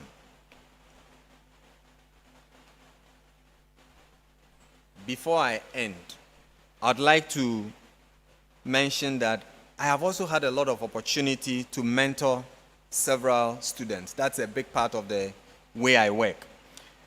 I have worked with students, multiple students that are assigned to me to supervise, but I've also had opportunity to mentor people organically, people who come up to me and ask that I mentor them. And I've also been fortunate to have grants that enabled me to bring people from across West Africa to the University of Ghana through the Queen Elizabeth Scholars Program. Over the past 4 years, we have trained almost 50 early career and PhD students from West Africa and also in Canada. And finally, in the last 4 years also, I have nurtured a group of PhD students and early career scholars through weekly learning sessions that currently has an active membership of about 25. They have named it the Richmond Nii Okai Learning Lab. I am happy to see this group growing gradually to include members from other universities across the country and also from University of Sheffield, where students and faculty also join in. And I'm looking forward to working with more of such mentoring opportunities in the future. So, Vice Chancellor, I will conclude now. The evidence supporting optimal breastfeeding is overwhelming and is robust. People have a choice regarding how they want to feed their children. However, the choice must be informed by the best available evidence. Our health system's decisions and choice of standards for breastfeeding is based on the best available science. Over the years, we have made significant gains regarding breastfeeding, but we still have much ground to cover. In my interaction with technical officers in the various health and other ministries, departments, and agencies, there is strong interest to do better for our children. I believe that the implementation science research that we have been doing over the years can help bridge this no-do gap. As you have seen, there's a high price to pay for failing to feed our children well. I found this quote attributed to Nelson Mandela apt. There can be no keener revelation of a society's soul than the way in which it treats its children. Now, I will make a few recommendations based on what I have learned over the years. One, I think we need to significantly scale up support for mothers and families to enhance their ability to feed their children optimally. In the case of breastfeeding, it is critical to limit unnecessary initiation of commercial infant formula. In health facilities where mothers are not able to produce milk or the mother is unwell, we should be able to provide alternatives apart from formula, and we should not allow health workers to illicitly provide formula to them rather than supporting them. I will advocate for establishing breast milk banks across our health facilities as an alternative. Growing up, it was not unusual for mothers to share their milk with babies who are not theirs. One of my master's students recently did a study where she found that mothers think they don't want their children to have the milk of other mothers, yet they will take blood from other people. However, in doing this, we need to learn from the lessons of blood banking in Ghana so that we can have safe milk delivered to our children. So that is something that we need to focus on. We also need to walk the talk regarding maternity protection. We need to create work environments that enables women to be successful, both in their reproductive aspirations as well as in their productive careers. In the current situation where only 9% of women are entitled to paid maternity leave, we are inadvertently pushing women to make a choice between pursuing a career and caring for their babies. And I've come across women who have had to stop their jobs to take care of their children. In 2020, the NDC's campaign manifesto promised to extend paid maternity leave from 12 weeks, which is in our laws, to 4 months. Even though that is a few weeks shy of the recommended 18 months by the ILO, I strongly endorse such a plan and will urge all the parties to prioritize this recommendation in their manifestos. Beyond this, I call on all government and non-government actors to create breastfeeding-friendly workplaces. I work in the University of Ghana. I think it would be great if University of Ghana has all kinds of spaces in our various buildings that has that. And I'm pleased. This evening I met the dean of the business school, and he confirmed for me what I've heard, that we have already started, that there's one in the business school where we have a baby room. Dean Bauli, I think you are a trailblazer. Are you cool? Now, this recommendation is not only for the university, it's for all the workplaces around the country. Shops, schools, hospitals, churches, we need to have breastfeeding rooms. And in case you are wondering what at all should be in that breastfeeding room, it's not anything complicated. The critical inputs are the room, a comfortable chair to sit on to breastfeed, a hand washing basin with running water, refrigerator to store express breast milk, maybe table, a TV to relax the mother, a mat to put the child on, and some toys. That's basically all you need. Simple, isn't it? So I am hoping that we would begin to see a lot of breastfeeding rooms sprouting around town. I also strongly recommend the use of the breastfeeding gear model. We have found it to be feasible in Ghana, and I urge our government to take it up so that we can implement it routinely in Ghana. I also recommend that all relevant government agencies should prioritize breastfeeding as part of their strategies.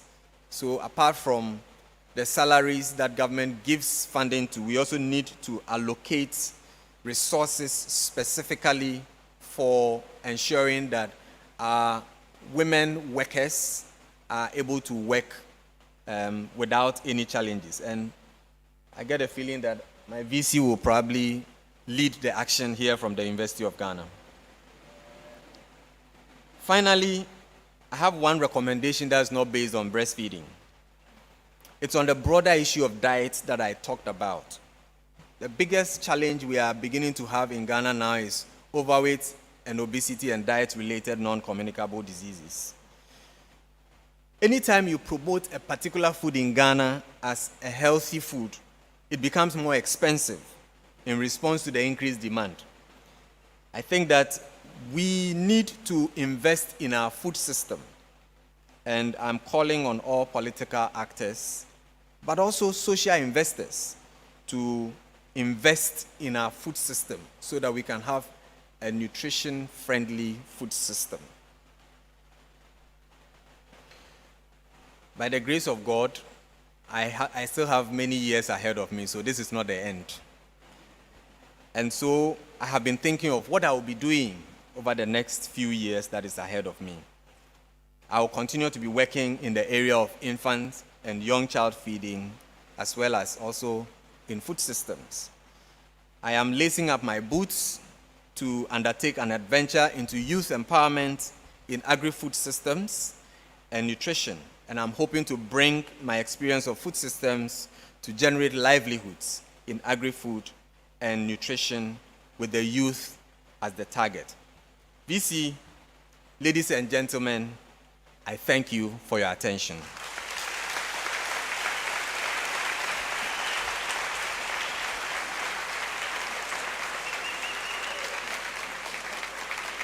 Thank you. Thank you.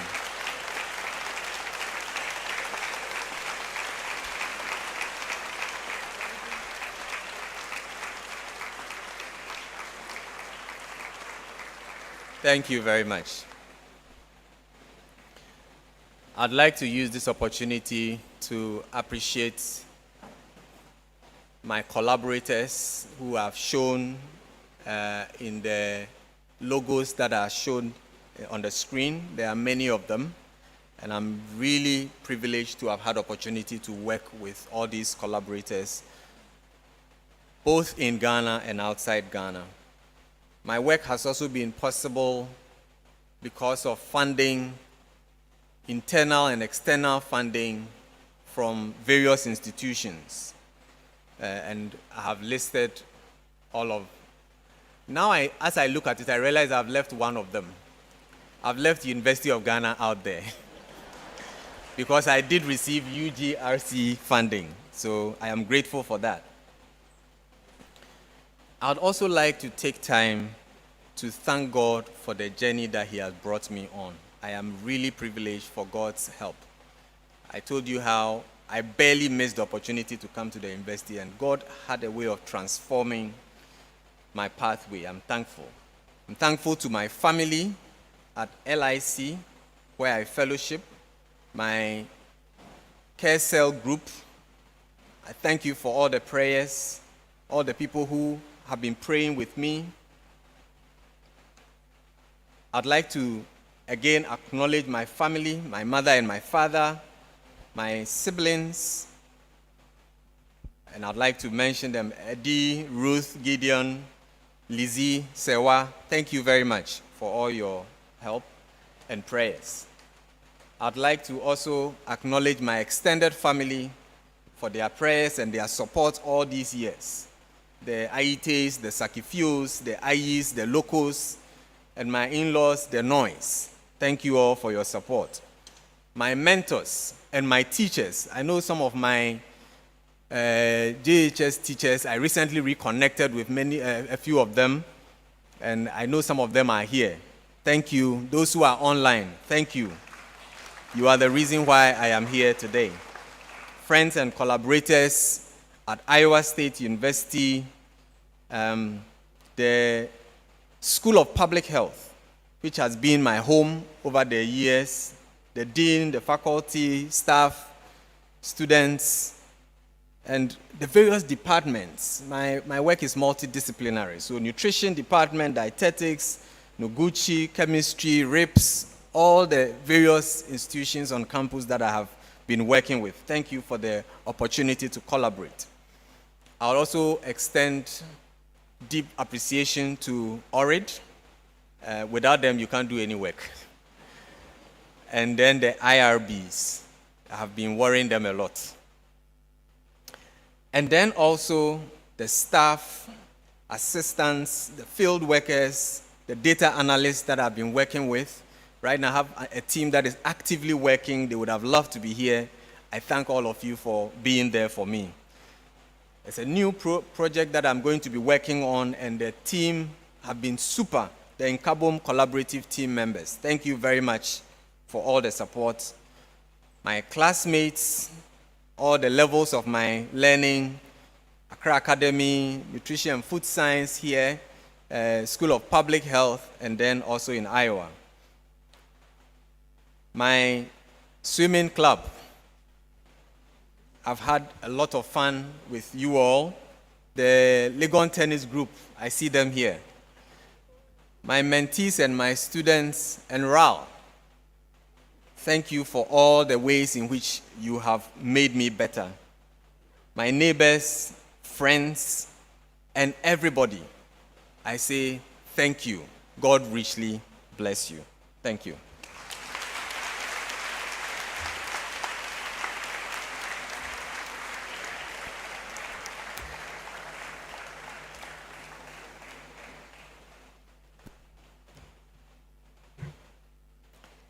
Our distinguished lecturer deserves another round of applause.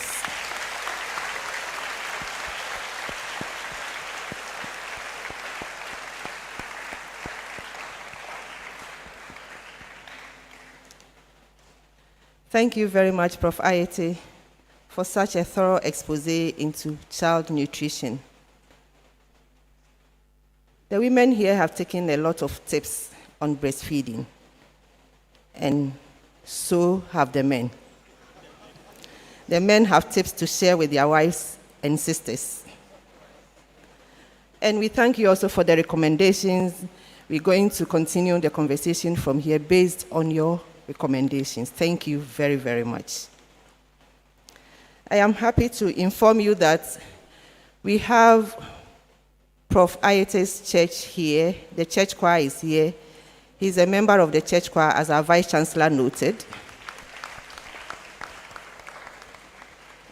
And we are going to take a musical interlude from the Legon Interdenominational Church Choir.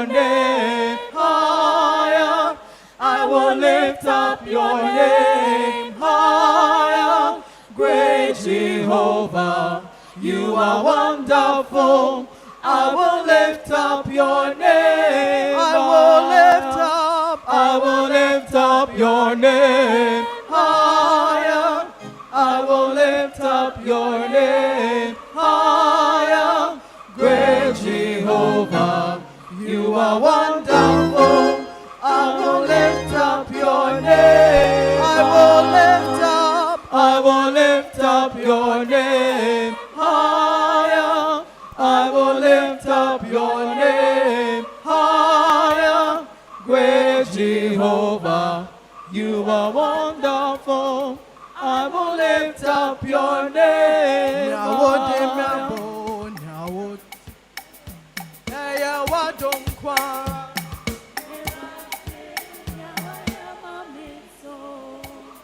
Minyame medi wasida kamire meto jom na mabonsa awo metiasi aya wadom kwara ewate nyawaya mameso minyame medi wasida kamire meto jom na mabonsa mane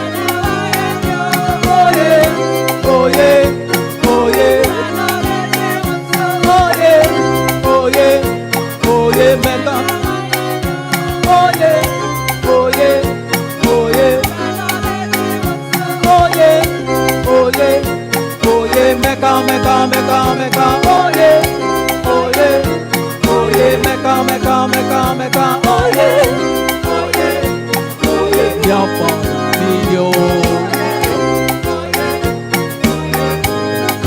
papa, yapa video, papa. Mama and Bonkasa, oh yeah, oh yeah, oh yeah, oh yeah. Me cross sorry not to you say, oh yeah. Etonya me, oh yeah, Abba, oh yeah, oh yeah, oh yeah.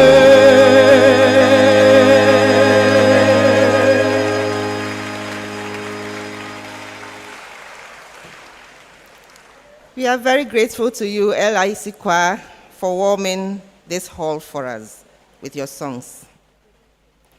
Madam Chair and Vice Chancellor, distinguished ladies and gentlemen, before we move on to the presentations, we have a number of officials here I would like to acknowledge. We are lucky today to be joined by a lot of former senior officials of this university. I'll start by introducing our former vice chancellors. Professor Ivan Adai-Mensah is here with us.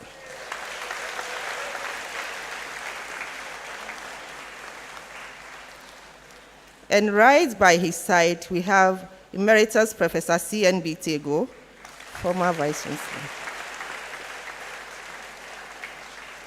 Please let me correct myself. Emeritus Professor Ivan Adai-Mensah. Thank you.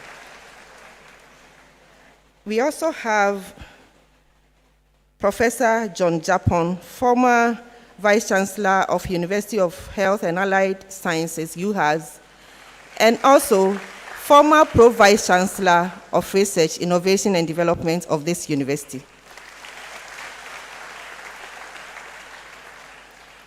And by him, we have Professor Fred Binka, also former Vice Chancellor of UHAS and former Dean of the School of Public Health. And we are also privileged to have a former registrar here with us, Mrs. Mercy Hazel Ashia.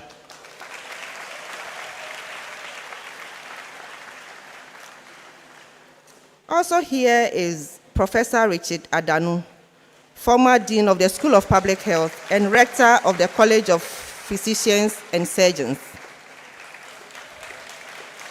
It's right at the back. And we are privileged to have Mr. Paul Henry Jani Edu, health specialist at UNICEF.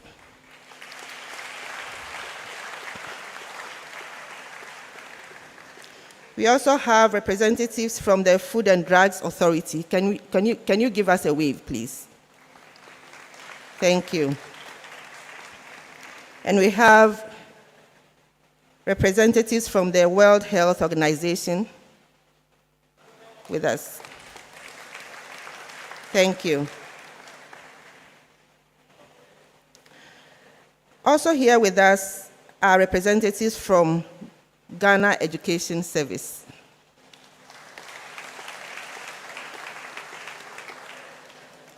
And we are privileged to have also representatives from Food and Agriculture Organization.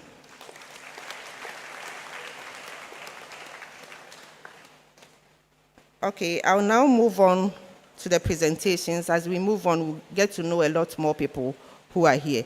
But let me note that we are privileged to have all of you. We are happy you responded to our invitations and joined us. I'm happy to inform you that we are live on all our social media platforms, as well as Radio Universe 105.7. For our presentations, we will start off by inviting College of Health Sciences. Professor Aryeetey is from the School of Public Health, which is located in the College of Health Sciences. And while the college is coming,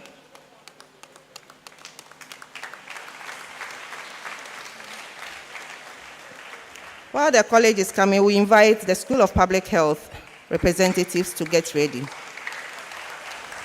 School of Public Health.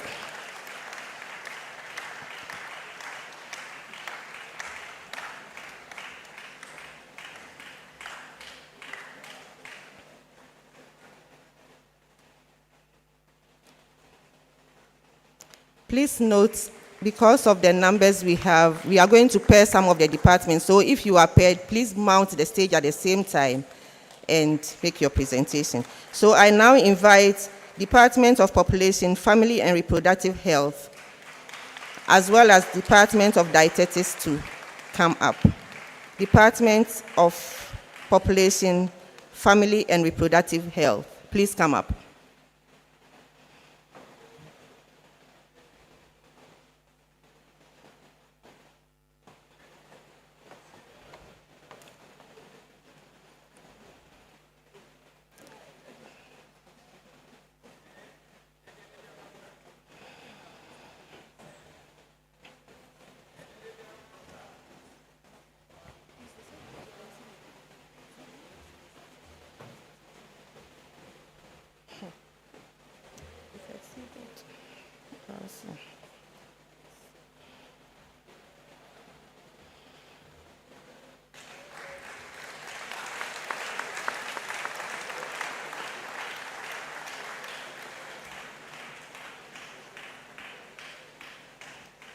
Department of Dietetics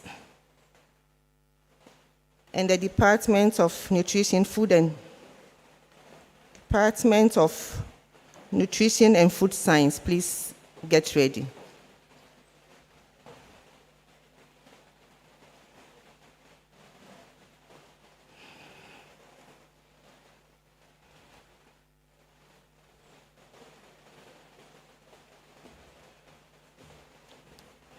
Department of Nutrition and Food Science, together with your alumni, please, the 1999 alumni.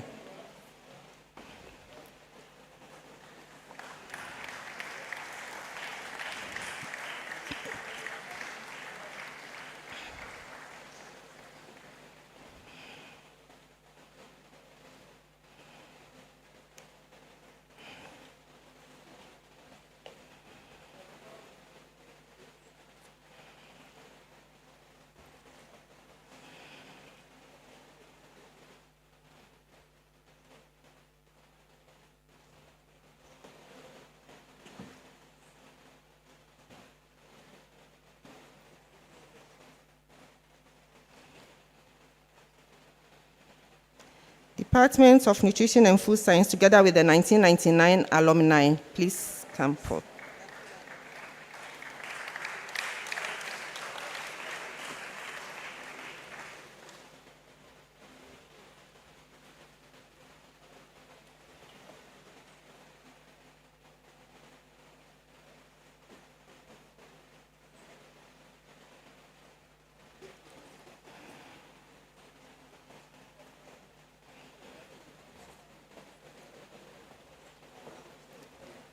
MCF in Carbon Project team, please get ready. MCF in Carbon Project team.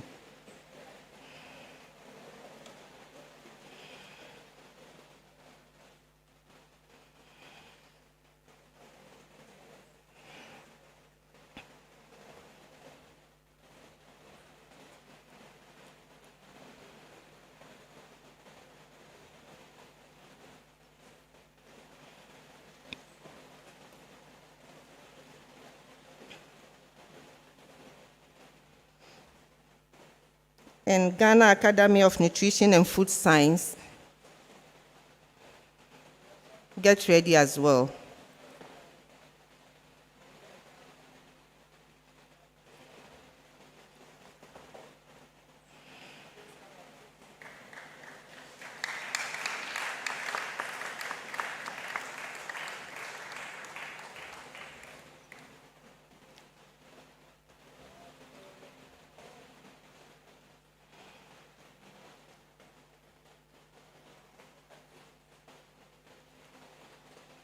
Nursing and Midwifery Council, please get ready. Nursing and Midwifery Council.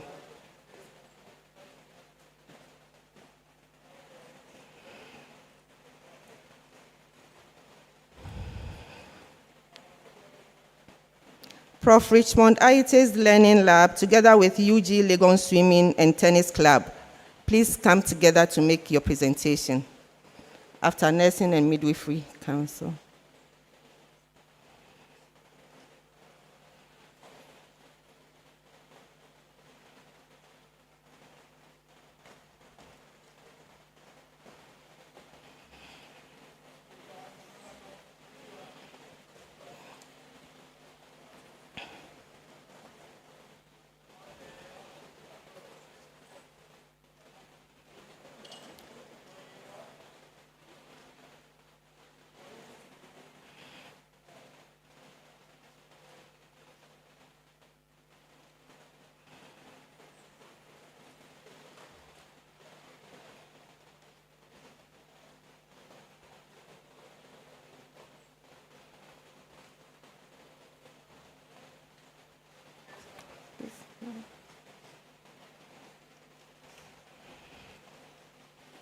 Please, when we call you together, mount the stage together and make your presentation.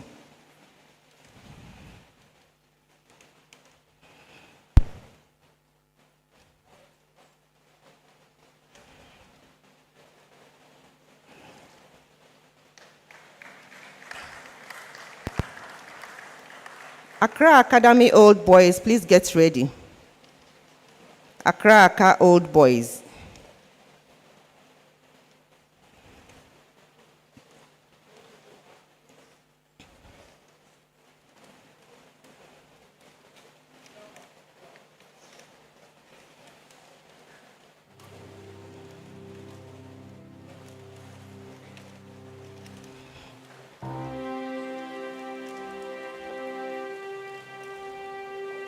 Accra is going to give us their anthem.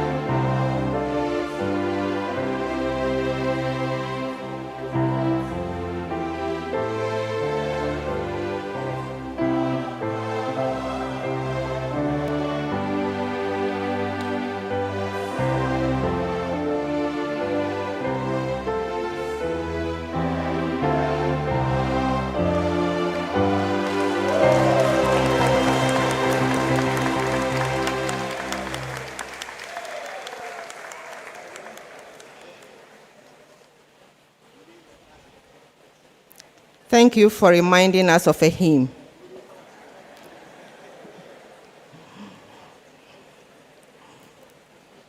I now invite the uncles, siblings, and family of Prof. Aryeetey to come up.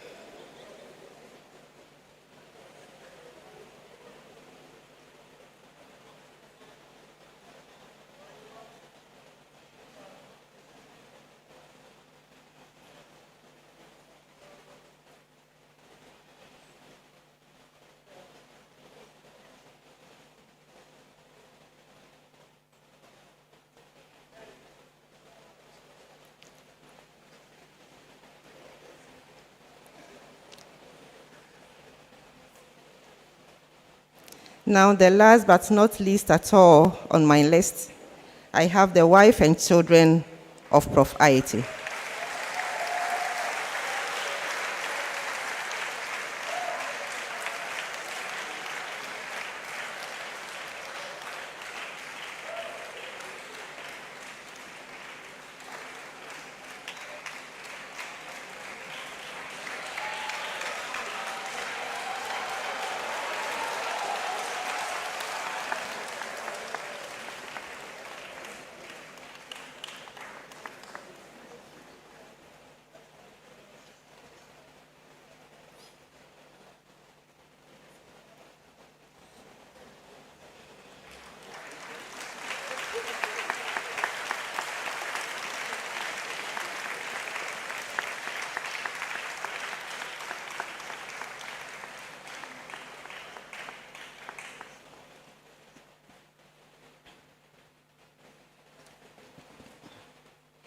Thanks to you all for your presentations.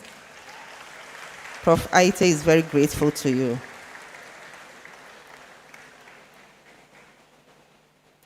It's now time to take our chairperson's closing remarks.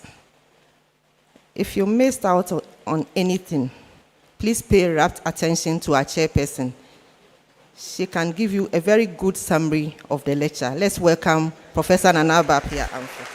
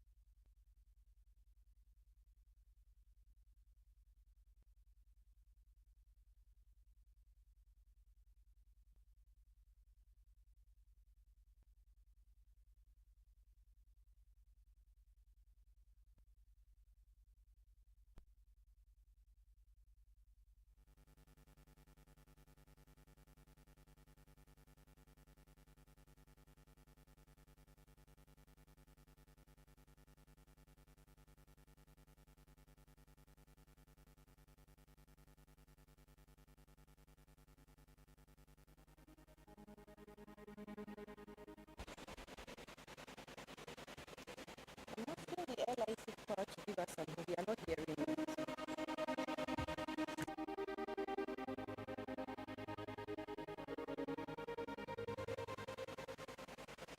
Hello. Hello.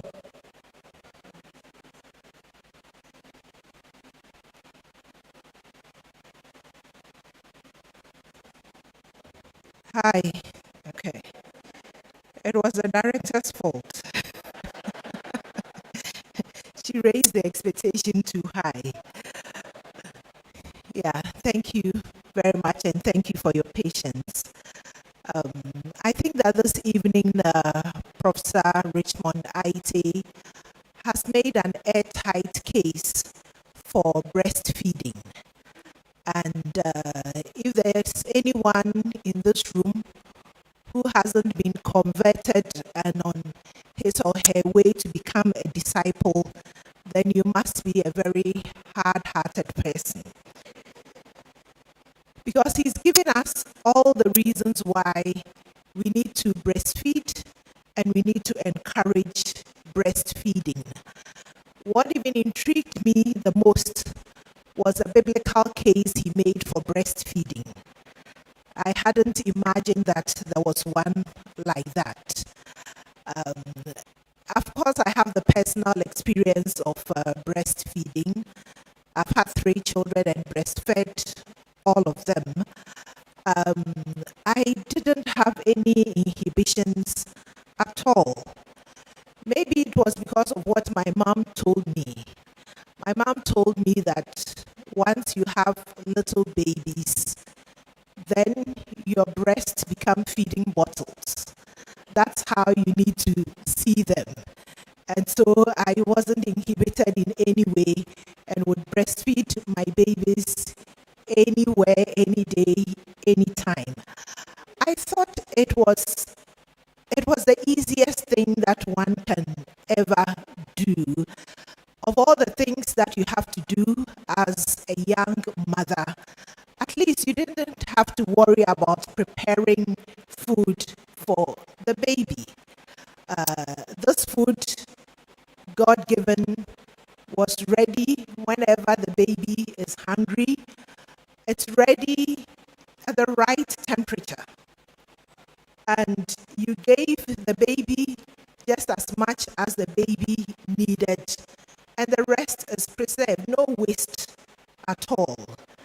I don't think that there's anything as easy as that. And you know, when you were talking about the various benefits of breastfeeding and the fact that it helps with immunity, I was reminded of, again, my own story. You can take it as a testimony. Again, this was what my mom told me. I've never had chicken pox. I've been around people who've had chicken pox. I've nursed children who have had chicken pox. And we all know how infectious chicken pox is. But my mom told me this, that when she gave birth to me, I think maybe about 3 months or something like that, and she was still breastfeeding me, she got chicken pox. And she wanted to stop breastfeeding me, but the doctor discouraged her from doing that and said that it might even be good for me to help me develop immunity. And so, having gone through life, nursed children who have had chicken pox and all of that, I do believe that by breastfeeding me, my mom saved me from ever getting chicken pox.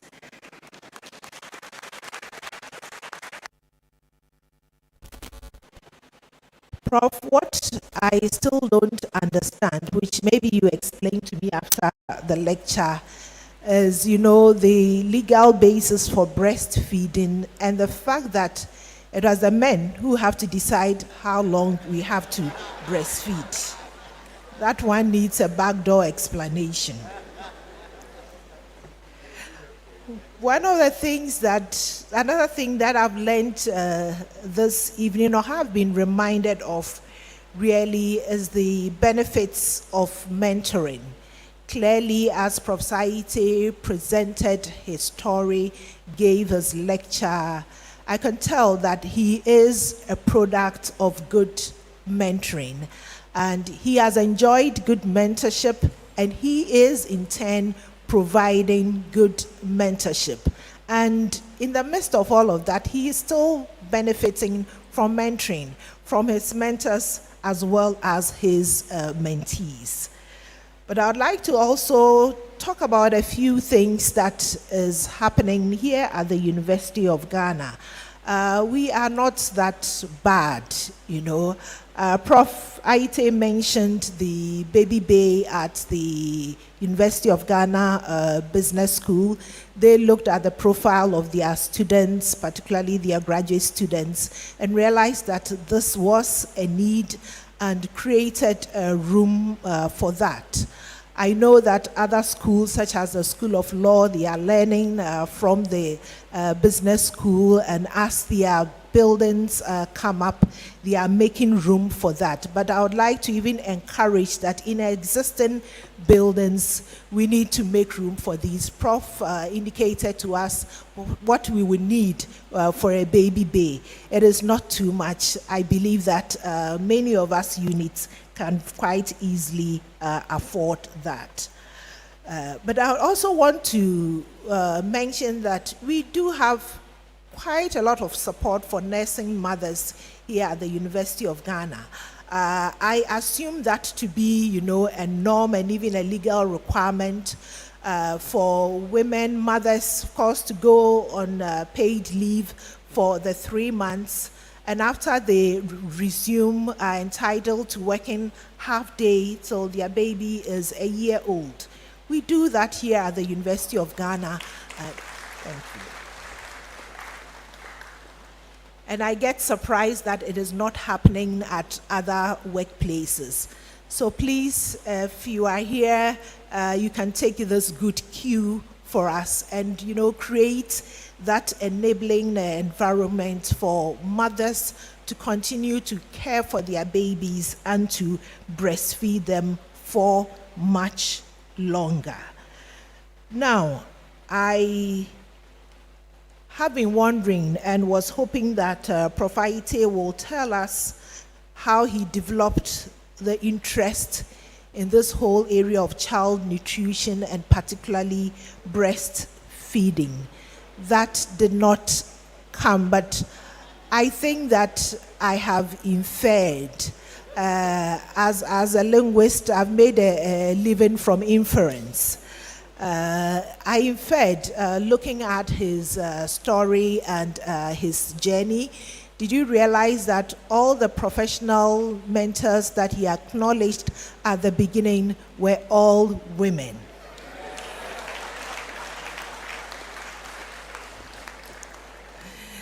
I believe that both directly and indirectly, they have had an influence on his area of study, and he has been so successful at doing so. Prof. Aryeetey, today, this evening, you have done justice. You've delivered brilliantly on the topic you chose, child feeding for human health and development, bridging the no-do gap. If we didn't know, now we know. So what remains is for us to go out there and take action, to make disciples for breastfeeding, and in this political season, to make breastfeeding a campaign issue. Thank you, ladies and gentlemen, for coming this evening to join us to celebrate the academic journey and achievements of Professor Richmond Aryeetey. I look forward to seeing you again very soon. Have a good evening. Thank you.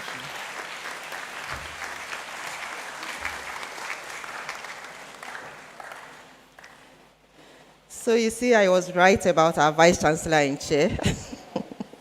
Let's give her another round of applause.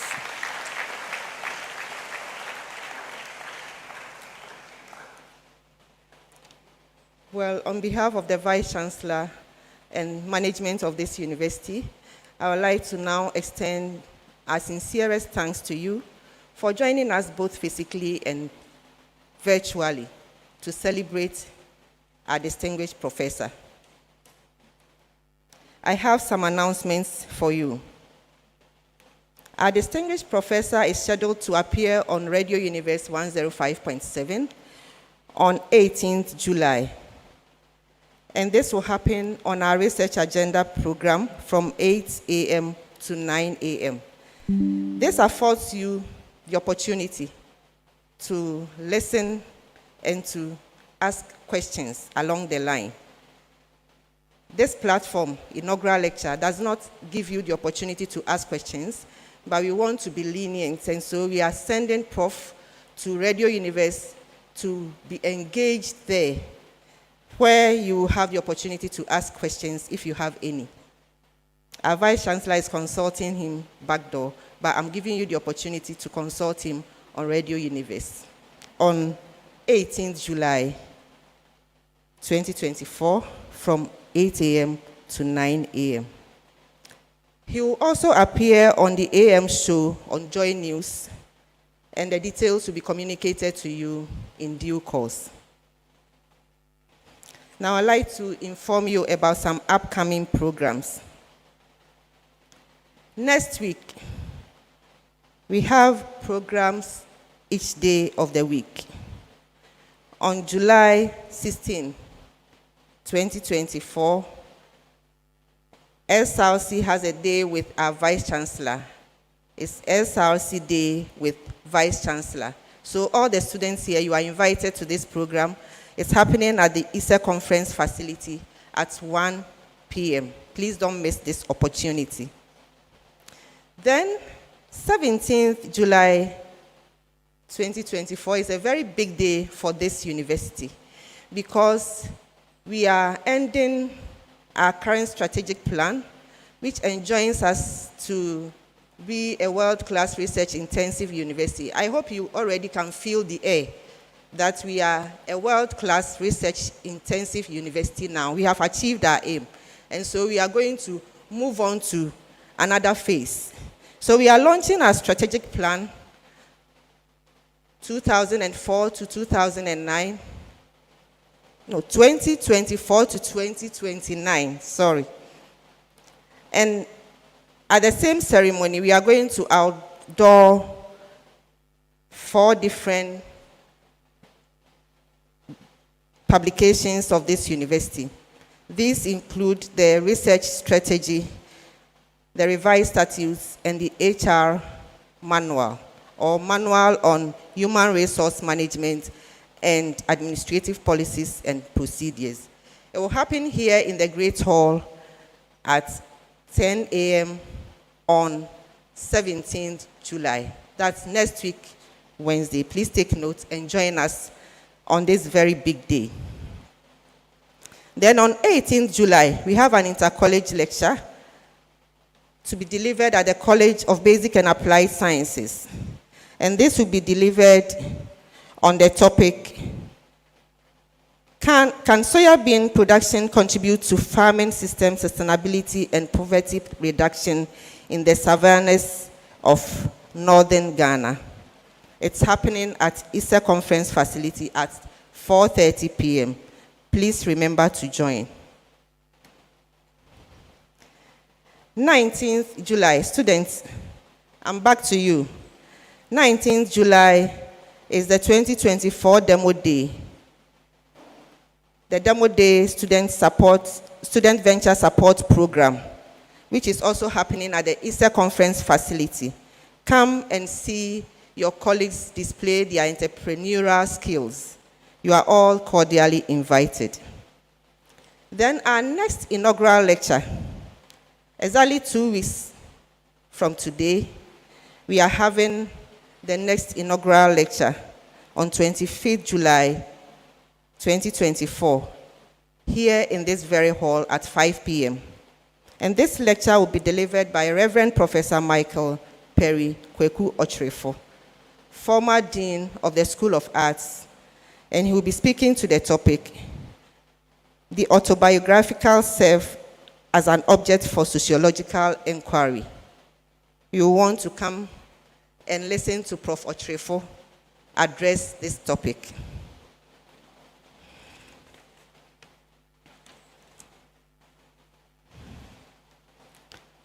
Now, I would like to move on to our order of refreshments. We have refreshments for all senior members and invited guests to my left.